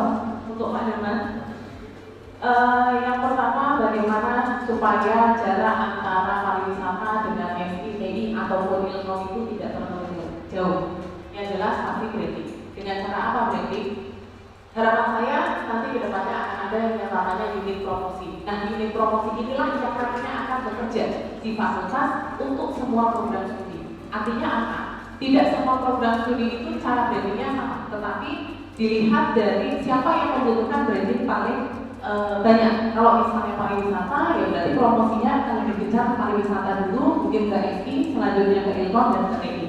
Jadi dengan cara promosi tadi yang branding dengan dilakukan oleh unit promosi. Yang kedua adalah bagaimana supaya pariwisata itu bisa dikenal. Harapan saya dengan adanya unit kerjasama, selain kita bisa melakukan kerjasama dengan mitra, saya inginnya mitra itu tidak hanya menampung mahasiswa magang atau mahasiswa melakukan penelitian, tetapi mitra ini nantinya bisa menampung lulusan kita. Artinya mahasiswa yang sudah lulus di pariwisata, nah ini tadi pertanyaan Pak Irfan ya, mahasiswa yang sudah lulus di pariwisata itu bisa diserap oleh perhotelan, sehingga nama pariwisata pun akan naik. Jadi dari sisi kerjasamanya juga Pak. Nah, itu semua berkaitan dengan akreditasi. Jadi semua kegiatan yang kita lakukan itu nanti akan muncul yang namanya butir-butirnya itu akan muncul di akreditasi. Bagaimana caranya? Saya juga ingin sekali membentuk tim akreditasi yang mana tim ini nanti memudahkan program studi untuk melihat kegiatan mana yang belum dilakukan. Jadi tidak hanya untuk memantau dokumen-dokumen atau butir-butir yang ada di akreditasi, tetapi juga berkaitan dengan audit mutu internal USN. Kaitannya dengan itu. Terima kasih. Baik, terima kasih Bu Brin. Yang terakhir sesi dari yang kedua ini yaitu pertanyaan dari perwakilan pending, sama satu pertanyaan waktunya 2 menit. Monggo Bu Eni, dimulai dari sekarang. Ya, terima kasih atas waktu yang diberikan kepada saya. Saya di sini mewakili teknik, ingin menyampaikan cuma satu aja ya, Mbak Dupri sama Pak Buman. Ini tentang ruang TU ya, Pak calon dekan dan Bu calon dekan. Karena selama ini apakah memungkinkan ruang TU itu dapat diperluas atau dipindah? Karena selama ini kita merasa melayani dosen mahasiswa itu sangat tidak nyaman gitu. Terus kita yang masuk siang tidak punya, masing-masing itu tidak punya meja sendiri. Jadi ketika kita datang kita menunggu yang sifatnya untuk pulang dulu baru kita duduk gitu Pak, yang biasa kita pakai. Karena saya rasa kita di APIK ini kan bukannya badan kita semakin kurus tapi malah semakin gendut ya. Karena saya melihat teman-teman saya di TU itu kayak Mas Ades itu ya, kayak susu banget gitu. Kayak di situ. Ini salah satu contoh belajar seperti itu. Kemudian untuk kesejahteraan para pendidik ya, Bapak calon dekan dan Ibu, ini kan selama ini sudah baik. Kemudian alangkah baiknya kalau ke depan untuk ditingkatkan lagi. Ya kita semakin semangat saja.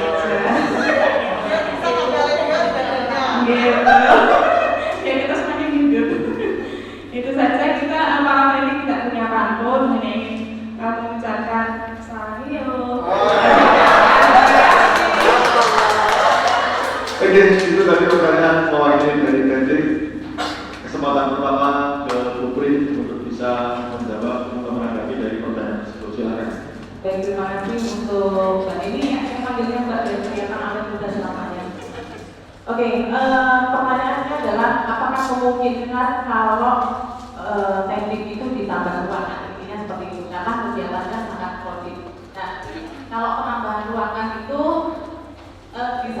bisa saja dilakukan kalau memang kita punya dari universitas ya, karena memang agak sulit. Mungkin untuk untuk membantu supaya semua kegiatan tidak terlalu produktif, harapan saya adalah kedepannya kita punya yang namanya sistem digitalisasi dokumen. Artinya semua kegiatan surat menyurat, semua kegiatan pembuatan surat menyurat dan lain sebagainya itu sifatnya digital semua.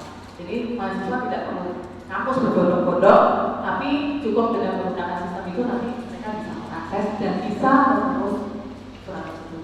Kalau saya begitu, mungkin itu saja. Baik, terima kasih. Masih ada waktu? Cukup. Untuk Pak Herman. Ya, terima kasih. Ini masalah uang itu ya, memang kadang agak susah juga ya. Kalau saya lihat di TU, Mas Ades punya ruang sendiri, tapi ruangannya dengan Mas Ades sudah bisa Mas Adesnya. Kan ada kasihan yang di ruang di nanti Mas Ades ya. Saya sampaikan itu kalau Mas Ades jongkok susah berdiri gitu. Iya, tentu memang ini kalau saya ceritakan itu kita akan yang pertama karena masalah keuangan. Ya memang kita bisa nanti ya dengan yang terkait dengan memberikan satu argumen-argumen yang logis ya. Argumen-argumen yang berbasis fakta, memang faktanya seperti ini. Terus follow-up-nya bagaimana gitu ya? Karena memang kita tidak bisa bergerak sendiri kalau dalam ruangan itu. Nah, untuk masalah tadi terima kasih. Ya memang diusahakan ya tentu ada satu sistem-sistem baru ya untuk masalah di TU dan secara lain juga sudah ada sistemnya. Hanya memang ruangan ini memang kecil ya, itu kecil. Jadi kalau ada sistem pun juga tetap ruangan ini memang tidak bisa melayani dengan maksimal dan tidak bisa membuat nyaman secara maksimal juga ya mengingat kondisinya ini ya. Tentu kalau yang saya sampaikan ya janjinya seperti itu. Kita akan koordinasikan, kita akan perjuangkan supaya ada penambahan ruang atau mungkin bukan penambahan yang lebih ke ruang apa dimaksimalkan untuk TU dan sebagainya. Saya kira itu. Sekian, terima kasih. Baik, terima kasih ya bos ya untuk jawaban dari masing-masing calon. Berikutnya adalah tanggapan dari masing-masing calon paslon 1, paslon 2. Mau penanggapan jawaban, ada waktu 2 menit. Bu Pri mau menanggapi jawaban Pak Firman?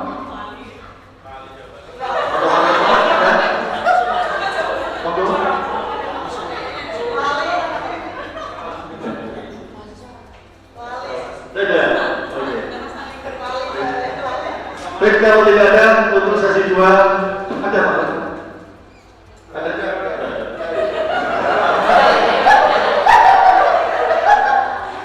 Baik, untuk sesi 2 telah selesai, kita masuk ke sesi 3. Sesi 3 ini adalah pertanyaan dari perwakilan mahasiswa yang diwakili oleh organisasi mahasiswa yang ada di Fakultas Teknologi Informasi dan Komunikasi. Di sini telah hadir ada Ketua BEM, Ketua HIMA, Ketua HIMA-ISI, Ketua HIMA-LIKA, dan HIMA-PAN. Saya minta salah satu yang mewakili untuk bisa memberikan satu pertanyaan mewakili mahasiswa ditujukan kepada masing-masing calon. Monggo waktunya 2 menit dari sekarang. Ya, segini Pak. Jadi ini dari pertanyaan kami adalah apa yang akan Bapak dan Ibu tawarkan terkait dengan kesejahteraan atau benefit kepada anggota Orma FTIK agar dapat membantu memaksimalkan pengelolaan SDM di FTIK. Karena sudah saya jelaskan tadi, dibandingkan jumlah mahasiswa di FTIK tidak diikuti dengan dibandingkan jumlah pengurus di Orma itu sendiri. Baik, terima kasih. Baik, itu pertanyaan dari mahasiswa. Saya ulangi lagi mungkin tadi karena mic-nya. Pertanyaannya adalah apa yang ditawarkan dari masing-masing calon terkait dengan kesejahteraan atau benefit kepada anggota Orma FTIK agar dapat membantu memaksimalkan pengelolaan SDM. Monggo, Pak Firman dulu. Terima kasih ya untuk pertanyaannya. Saya salah rutin ya, saya berkomunikasi ya karena kebetulan saya selama ini jadi penasihat pembina di Mabis ini selalu komunikasi ya. Yang pertama-tama tentang bagaimana menarik minat mahasiswa untuk menjadi anggota Orma ya. Saya sampai ada satu ide ya dengan masalah itu. Kan ini kan musimnya adalah musim orang namanya e-sport ya. Saya kira kalau orang anak-anak muda itu tertarik dengan namanya e-sport. Nah, ada video yang kita bahas yang diskusikan dengan Mas Alam ini, bagaimana membangun e-sport ya, komunitas e-sport. Syaratnya satu, kalau mau jadi anggota komunitasnya cuma satu, yaitu mendaftar jadi anggota baik di Orma maupun yang jelas di mahasiswa, dari mahasiswa. Sehingga karena ketertarikan, jadi ini untuk ketertarikannya dulu ke e-sport ini sekaligus bisa menambah jumlah anggota. Yang pertama itu.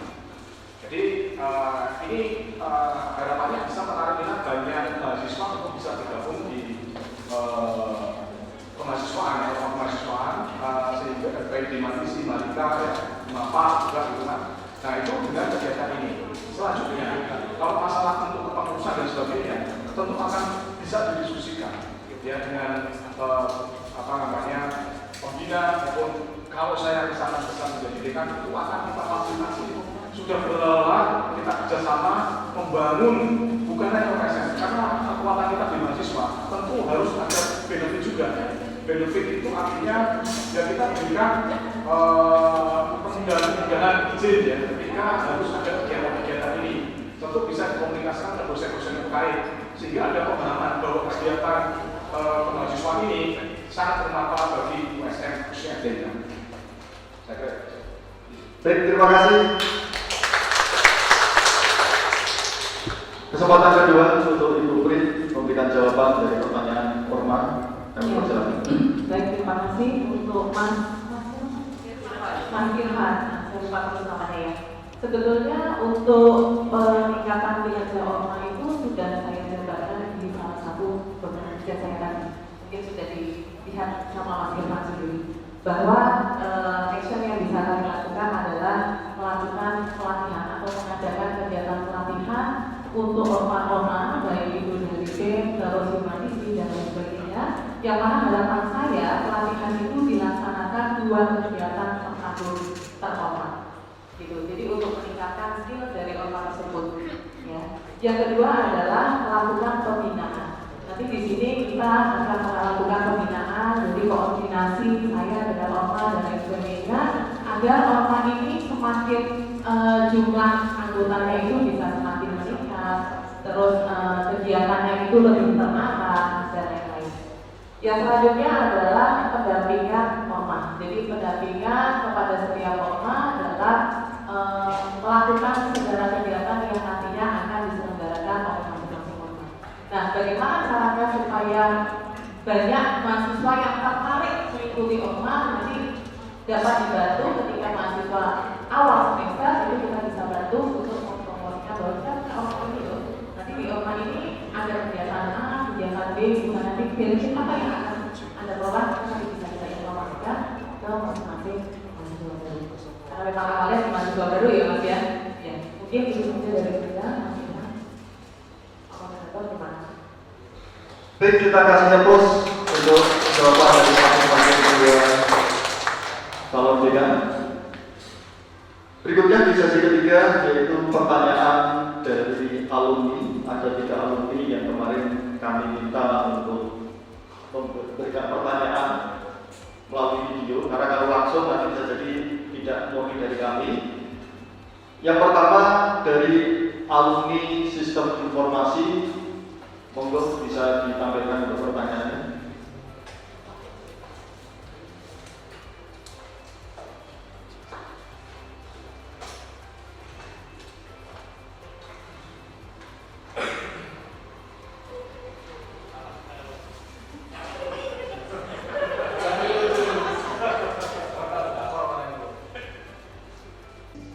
Assalamualaikum warahmatullahi wabarakatuh. Perkenalkan, saya Ferdiansyah Permananidita.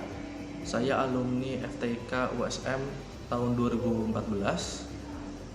Personal branding perlu ditingkatkan sebagai cara meningkatkan kepercayaan masyarakat kepada kita di media sosial. Selain itu, personal branding juga mampu meningkatkan kredibilitas, kepercayaan diri, dan juga membangun koneksi. Pertanyaan saya adalah, apa strategi Anda dalam meningkatkan personal branding fakultas guna meningkatkan engagement yang mana mampu meningkatkan juga brand awareness dari fakultas FTIK USM ini? Terima kasih. Assalamualaikum warahmatullahi wabarakatuh. Berikutnya kita rangkum jadi satu, yaitu pertanyaan dari alumni Teknik Informatika. Assalamualaikum warahmatullahi wabarakatuh. Saya Haris Setiawan, alumni Fakultas TIK Angkatan 2010, jurusan Teknik Informatika. Mohon izin pada Bapak Ibu calon dekan Fakultas TIK, di sini saya ingin menyampaikan 2 pertanyaan. Yang pertama, bagaimanakah kondisi kurikulum saat ini? Apakah masih ada kekurangan? Semisal ada kekurangan, langkah apa yang nanti Bapak Ibu ambil untuk mengatasi dari kekurangan tersebut? Yang kedua, adakah program kerja unggulan yang nantinya mengarah kepada lulusan FTIK yang unggul, sehingga menjadi ciri khas dari lulusan FTIK? Sekian dari saya. Assalamualaikum warahmatullahi wabarakatuh. Berikutnya, pertanyaan yang ketiga dari alumni ilmu komunikasi. Assalamualaikum warahmatullahi wabarakatuh. Salam sejahtera untuk kita semua. Bapak Ibu yang kami hormati, perkenalkan saya Irfan, alumni Ilmu Komunikasi Fakultas Teknologi Informasi Komunikasi Universitas Semarang.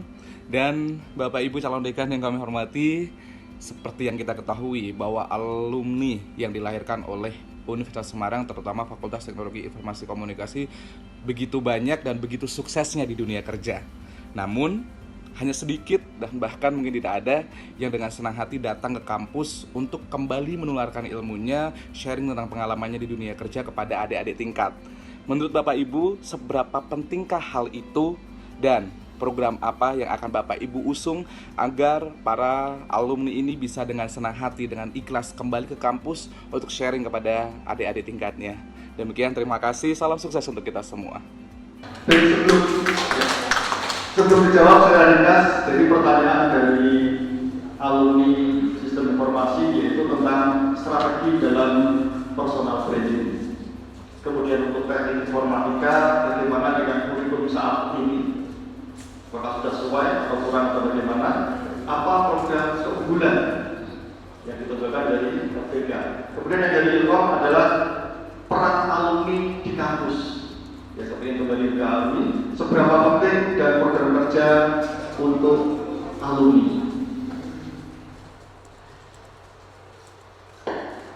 Untuk saya minta dari Putri dulu untuk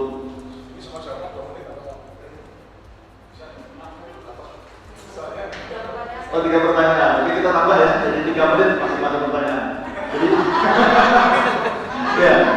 Baik, kami kasih sampai kesempatan untuk masing-masing calon menjawab 3 pertanyaan tadi dirangkum menjadi 1 dalam waktu 3 menit. Monggo. Baik, terima kasih Bapak Moderator.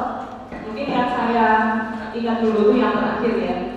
Tadi bagaimana caranya supaya alumni itu tetap punya ikatan dengan fakultas seperti itu.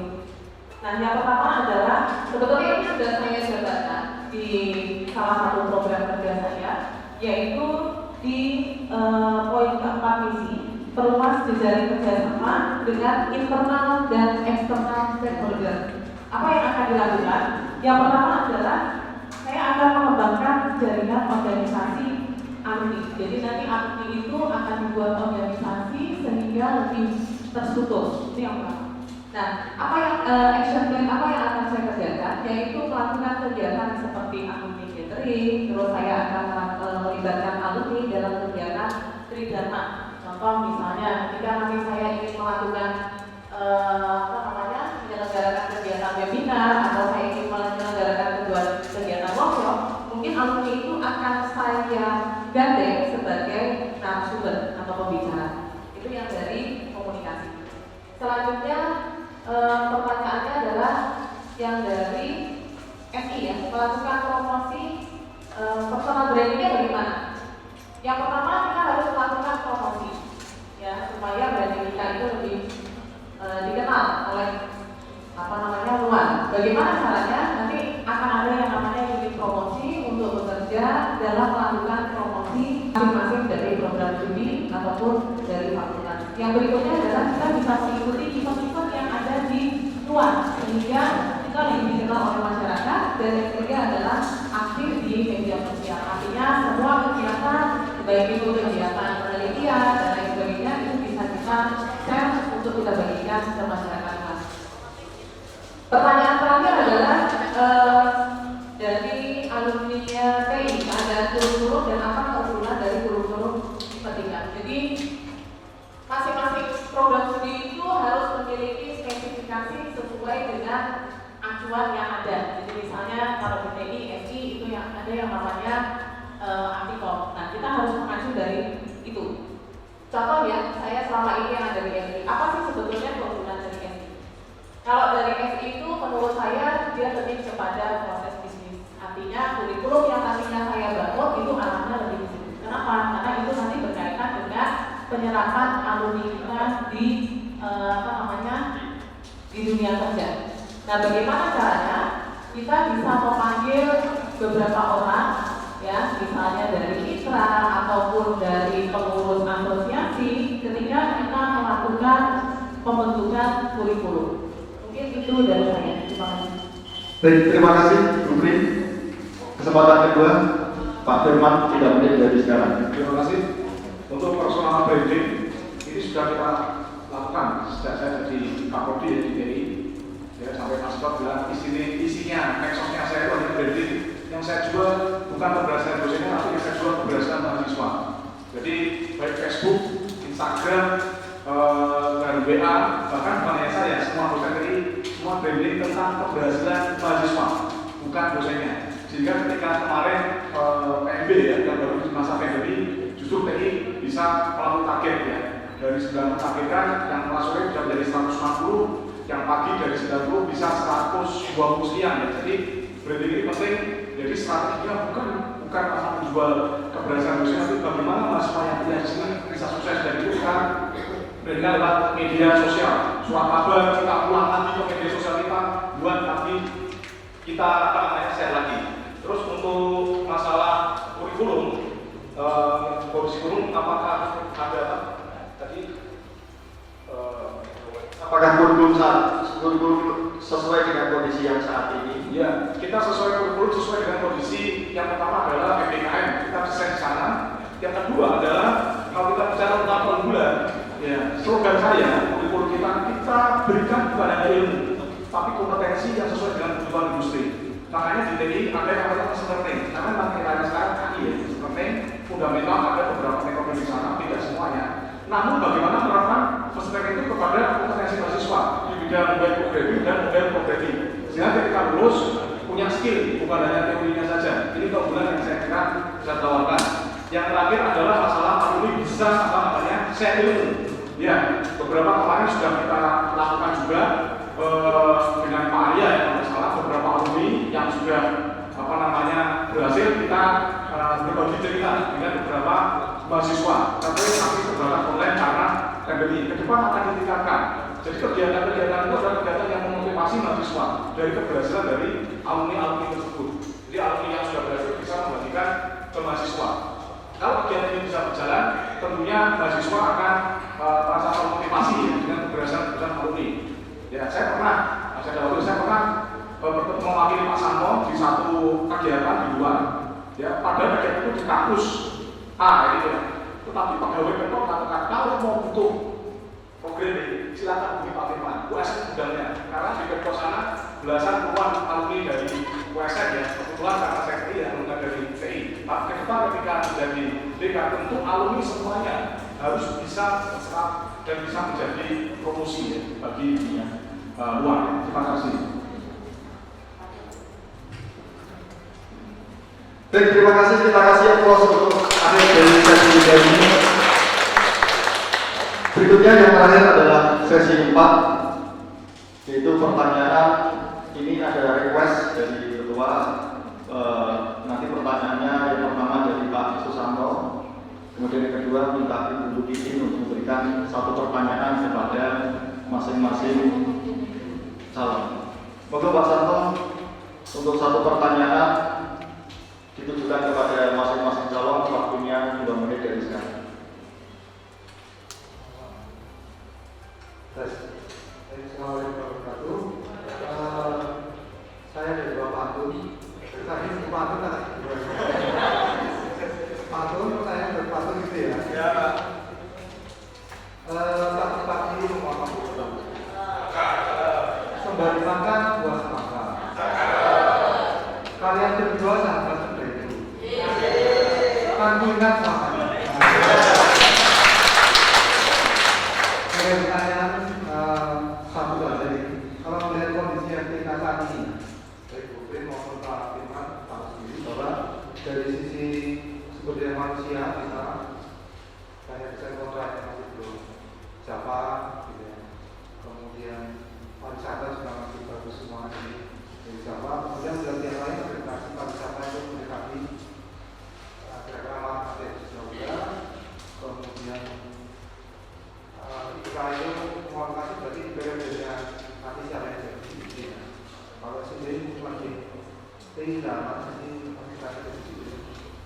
Kemudian dari mahasiswa dan medis tadi itu pertanyaan tentang keuangan. Pertanyaan saya itu adalah upaya apa yang dilakukan untuk menjadikan STK sebagai fakultas yang bisa? Upaya apa?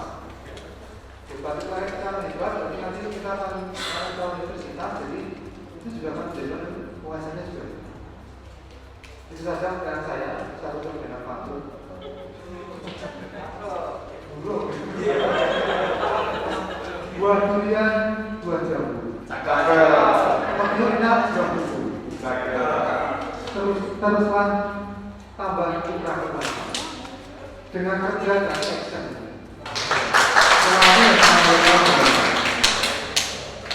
Dan itu pertanyaan dari Pak Susanto.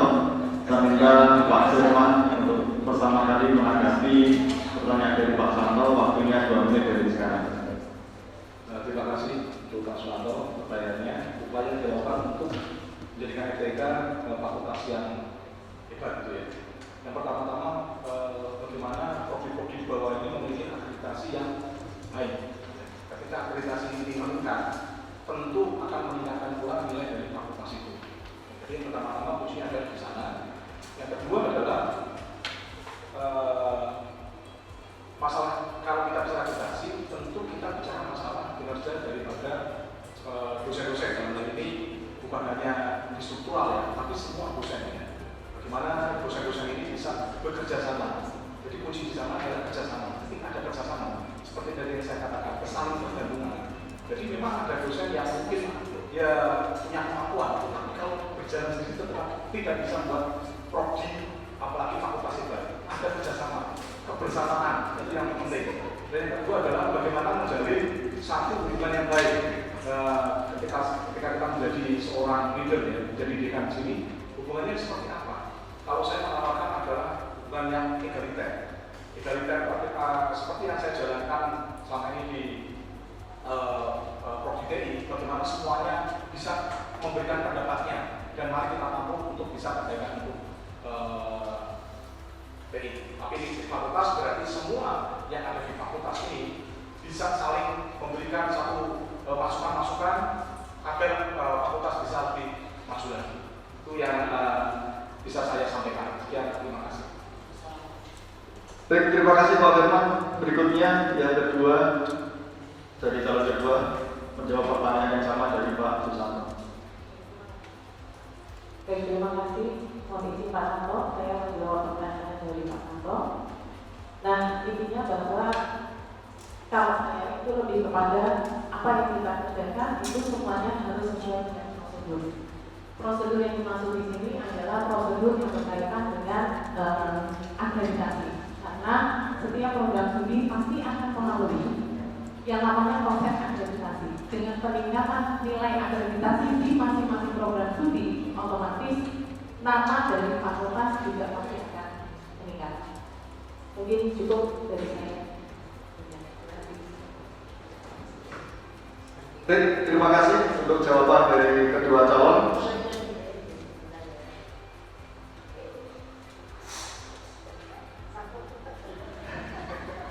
Berikutnya pertanyaan dari Ibu Titi Binarti untuk memberikan pertanyaan kepada masing-masing calon, waktunya 2 menit dari sekarang.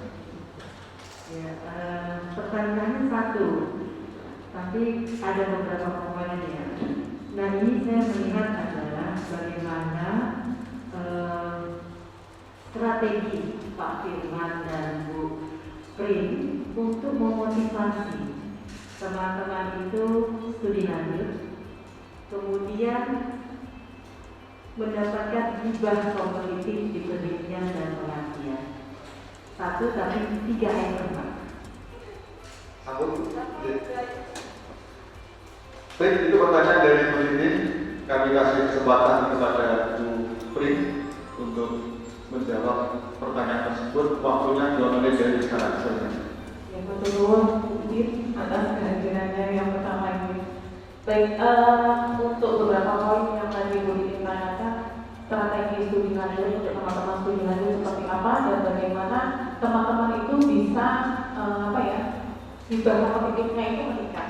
Ini sebenarnya tadi sudah saya jabarkan Ibu di program kerja saya bahwa kalau seandainya untuk mendorong teman-teman agar mau melakukan studi lanjut itu dengan cara melakukan pendampingan saya tidak dapat lagi mana.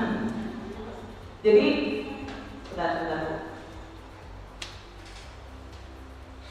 Pendampingan pradoktoral bagi dosen yang akan studi lanjut. Kalau itu adalah action plan yang akan saya lakukan supaya teman-teman itu memiliki motivasi untuk melakukan studi lanjut. Karena memang kalau tanpa adanya proses pradoktoral, teman-teman itu biasanya kesulitan gitu. Yang berikutnya adalah bagaimana caranya supaya hibah kompetitif yang ada di FPIK itu meningkat. Yang jelas kami akan melakukan menyelenggarakan kegiatan pelatihan bagaimana caranya membuat hibah, baik itu hibah penelitian maupun hibah PKN. Sehingga nanti harapannya dari penelitian itu teman-teman sudah memiliki skill bagaimana cara memperoleh hibah atau bagaimana cara menulis hibahnya. Dan mungkin dari saya cukup sekian. Baik, terima kasih Bu Brin. Waktu 2 menit dengan Pak Firman, monggo silakan. Terima kasih. Yang sudah saya lakukan ya di ProDTI adalah memotivasi teman-teman. Saya sering diskusi dengan Pak Peri, Pak Udin, Pak Arya, bukan hanya berdiskusi, bahkan saya carikan alternatif. Saya gandeng kemarin Pak Agus Apato karena beliau punya penelitian besar tentang ITS, Intelligent Transport System, dengan Profesor Dr. Suryono dari DSI ya, DSI ya. Terus Pak Arya, saya suruh karena S3 itu masalahnya ilmu kita nggak laku semua yang lama itu ya. Jadi masalah yang terbaru ya. Nah, saya carikan yang terbaru. Ya kebetulan kemarin Pak Agus ada ya, Indonesia penelitiannya besar sekali. Yang itu bisa dipotong-potong jadi puluhan juga bisa karena nanti Jawa Bali ya, Intelligent Transport System. Dan kemarin Pak Arya pun untuk proposalnya sudah diskusi dan sekarang sudah mendaftar ke apa namanya DSI, walaupun biaya sendiri ya. Saya motivasi, ayo maju. Saya kasih ya, saya berikan satu proposal untuk tema penelitiannya, beliaunya tertarik, variannya dan bisa sekarang ini sudah proses sudah baik, tinggal pengumuman nanti tanggal 19 itu. Nah ini yang saya lakukan adalah demikian. Jadi bukan karena memang untuk S3 itu sekarang rata-rata publikasinya susah kalau kita tidak ada keterbaruan. Jadi harus menggandeng orang-orang yang ngerti ya tentang sesuatu yang baru. Yaitu kalau di TI mana adalah machine learning ya, machine learning bahkan deep learning, tetapi kalau yang di apa namanya yang lainnya itu nanti akan kita ajak ke demikian juga sama metodenya. Terus masalah untuk hibah kompetitif ini kita sudah lengkapi semuanya keren-keren, bahkan hibah kompetitif itu harus sektor dan sita 2. Yang kita kerja sita 2 dulu ya, sita 2 dulu ya, dari TI sudah ada beberapa yang pakai dia sita 2 dan kemudian juga saya sehingga siap kalau tidak punya publikasi jangan mungkin untuk hibah kompetitif mudah punya sita 2 yang minimal jadi bagus sita 1. Sekian, terima kasih. Baik, terima kasih ya Bos yang mulia untuk kedua tahun dengan S3 periode 2021 sampai 2025. Nah, dengan berakhirnya sesi keempat ini, maka acara pemaparan visi misi dan program kerja calon dekan Fakultas Teknologi Informasi dan Komunikasi Universitas Semarang periode 2021 sampai 2025 telah usai. Sebelum mengakhiri, saya juga akan membacakan pantun terinspirasi dari yang lain.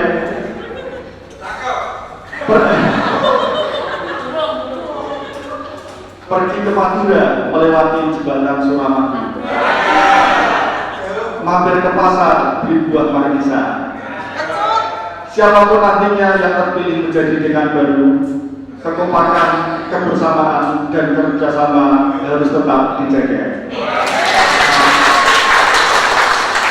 Kemudian tadi, mohon maaf apabila ada salah dalam penyampaian dalam memandu acara pemaparan visi misi.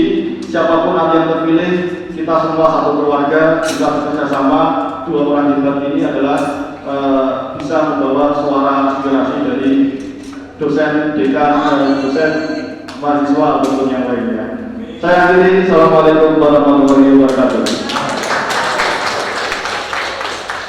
Mohon maaf, mungkin bisa saya ambil lagi. Oke, untuk yang berikutnya adalah pencoblosan surat suara. Tadi sudah dijelaskan tentang surat suara nanti. Ruangannya kita pinjam biar tidak jauh, ada di ruang Buditis CS, kita minta izin. Nanti satu persatu anggota senat silahkan menuju ke sana, tanda tangan dulu, akan diberikan satu surat suara oleh petugas. Silahkan masuk ke dalam. Sudah ada alat yang disiapkan, tinggal dimasukkan ke kotak suara.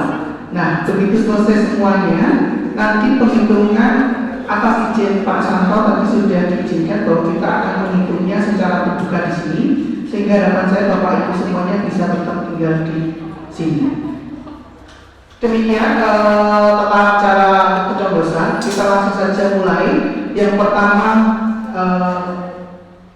saya persilakan Bapak Susanto bisa menuju ke tempat pencoblosan. Sekarang ada buana. Oke, sudah 14 anggota Senat MTK sudah menyatakan suaranya. Saatnya hari ini kita akan langsung menghitung surat suara. Saya minta untuk panitia kotak suara bisa dibawa ke sini, dan saya minta tadi yang jadi juru bicara di masing-masing prodi dan teknik bisa menjadi saksi di depan untuk membuka surat suara. Saya minta untuk Mas Pak Kolin untuk bisa memandu pengambilan surat suara dan yang berarti bisa diambil dari blok ini ya. Silakan. Atau kalau enggak silakan, tadi ada Pak Iman, Bu Bita, Mbak Eni, kemudian dari SI ada yang mewakili selain Pak Saiful, dan dari TI selain Pak Arya. Monggo.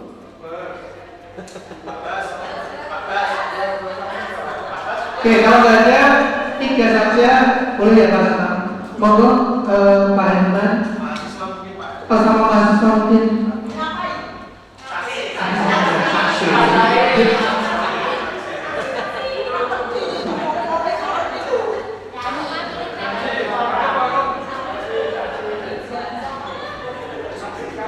Saksikan.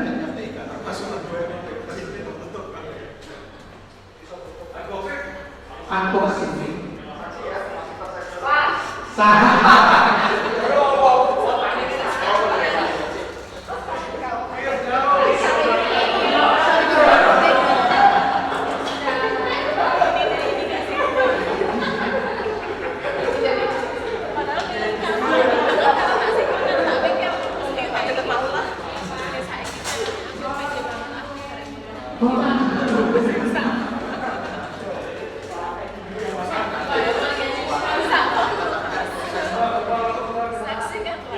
Oke, surat suara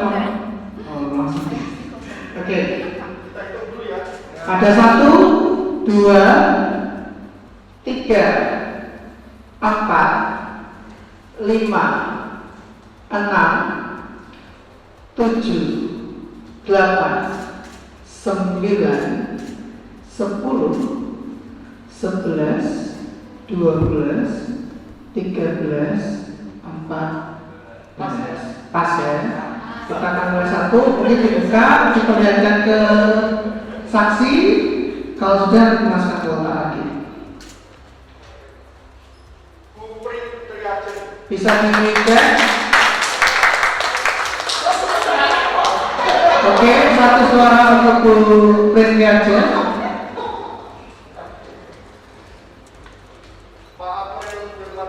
Oke, bisa dicek.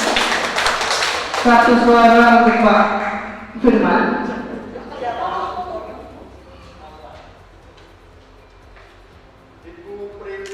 Oke, bisa dicek. 1 suara lagi untuk Ibu Prim.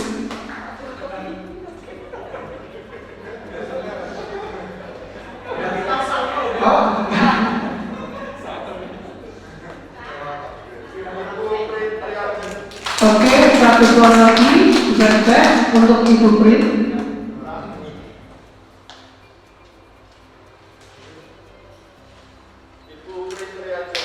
Oke, bisa dicek.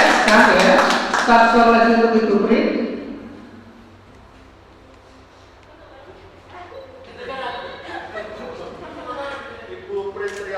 Oke, bisa dicek. 1 suara lagi untuk Ibu Prim.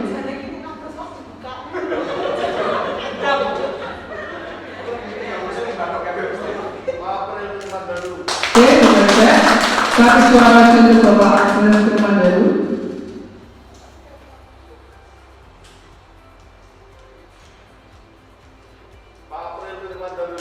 Oke, 1 suara lagi untuk Bapak Arifin Firmandaru.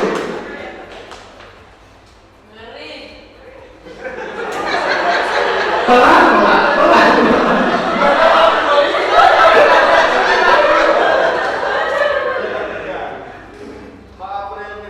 Oke, berarti 1 suara untuk Pak Firmandaru. Sementara jangan sama coba. Oke, 1 suara untuk Pak Firmandaru.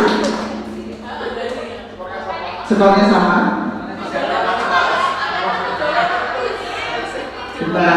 Ditahan dulu Mas, ditahan dulu. Oke, Pak April Semandero.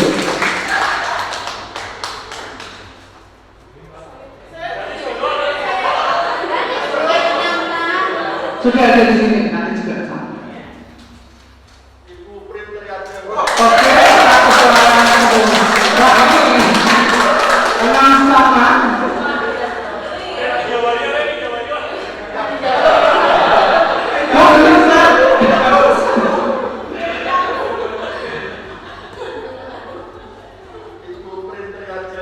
Ibu Pritriaja bisa cek satu suara.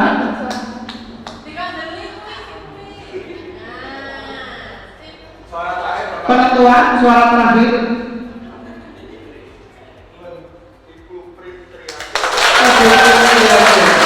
Ya, berarti total suara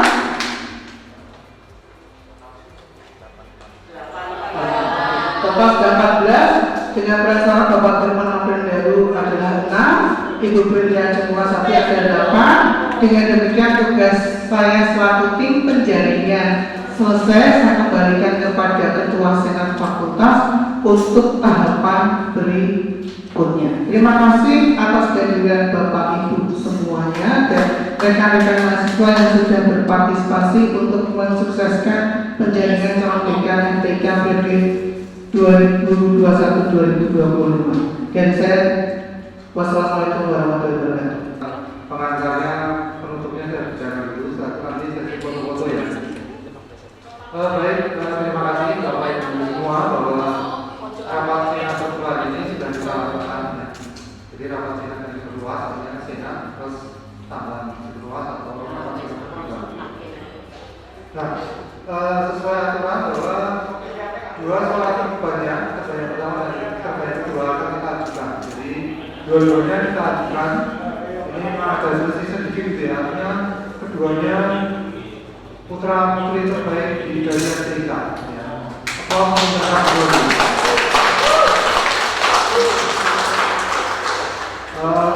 Tahap selanjutnya adalah nanti fakultas. Di sini saya selaku dekan dan ketua senat itu akan mengusulkan dua calon ini ke rektor ya. Nanti keputusannya akan diberikan oleh senat di rektorasi. Kalau saya, bagi saya adalah pemenang ketiga adalah pemenang sesungguhnya bagi saya, karena bisa dipilihnya begitu ya. Tapi kali ini adalah dua nanti bersama rektor.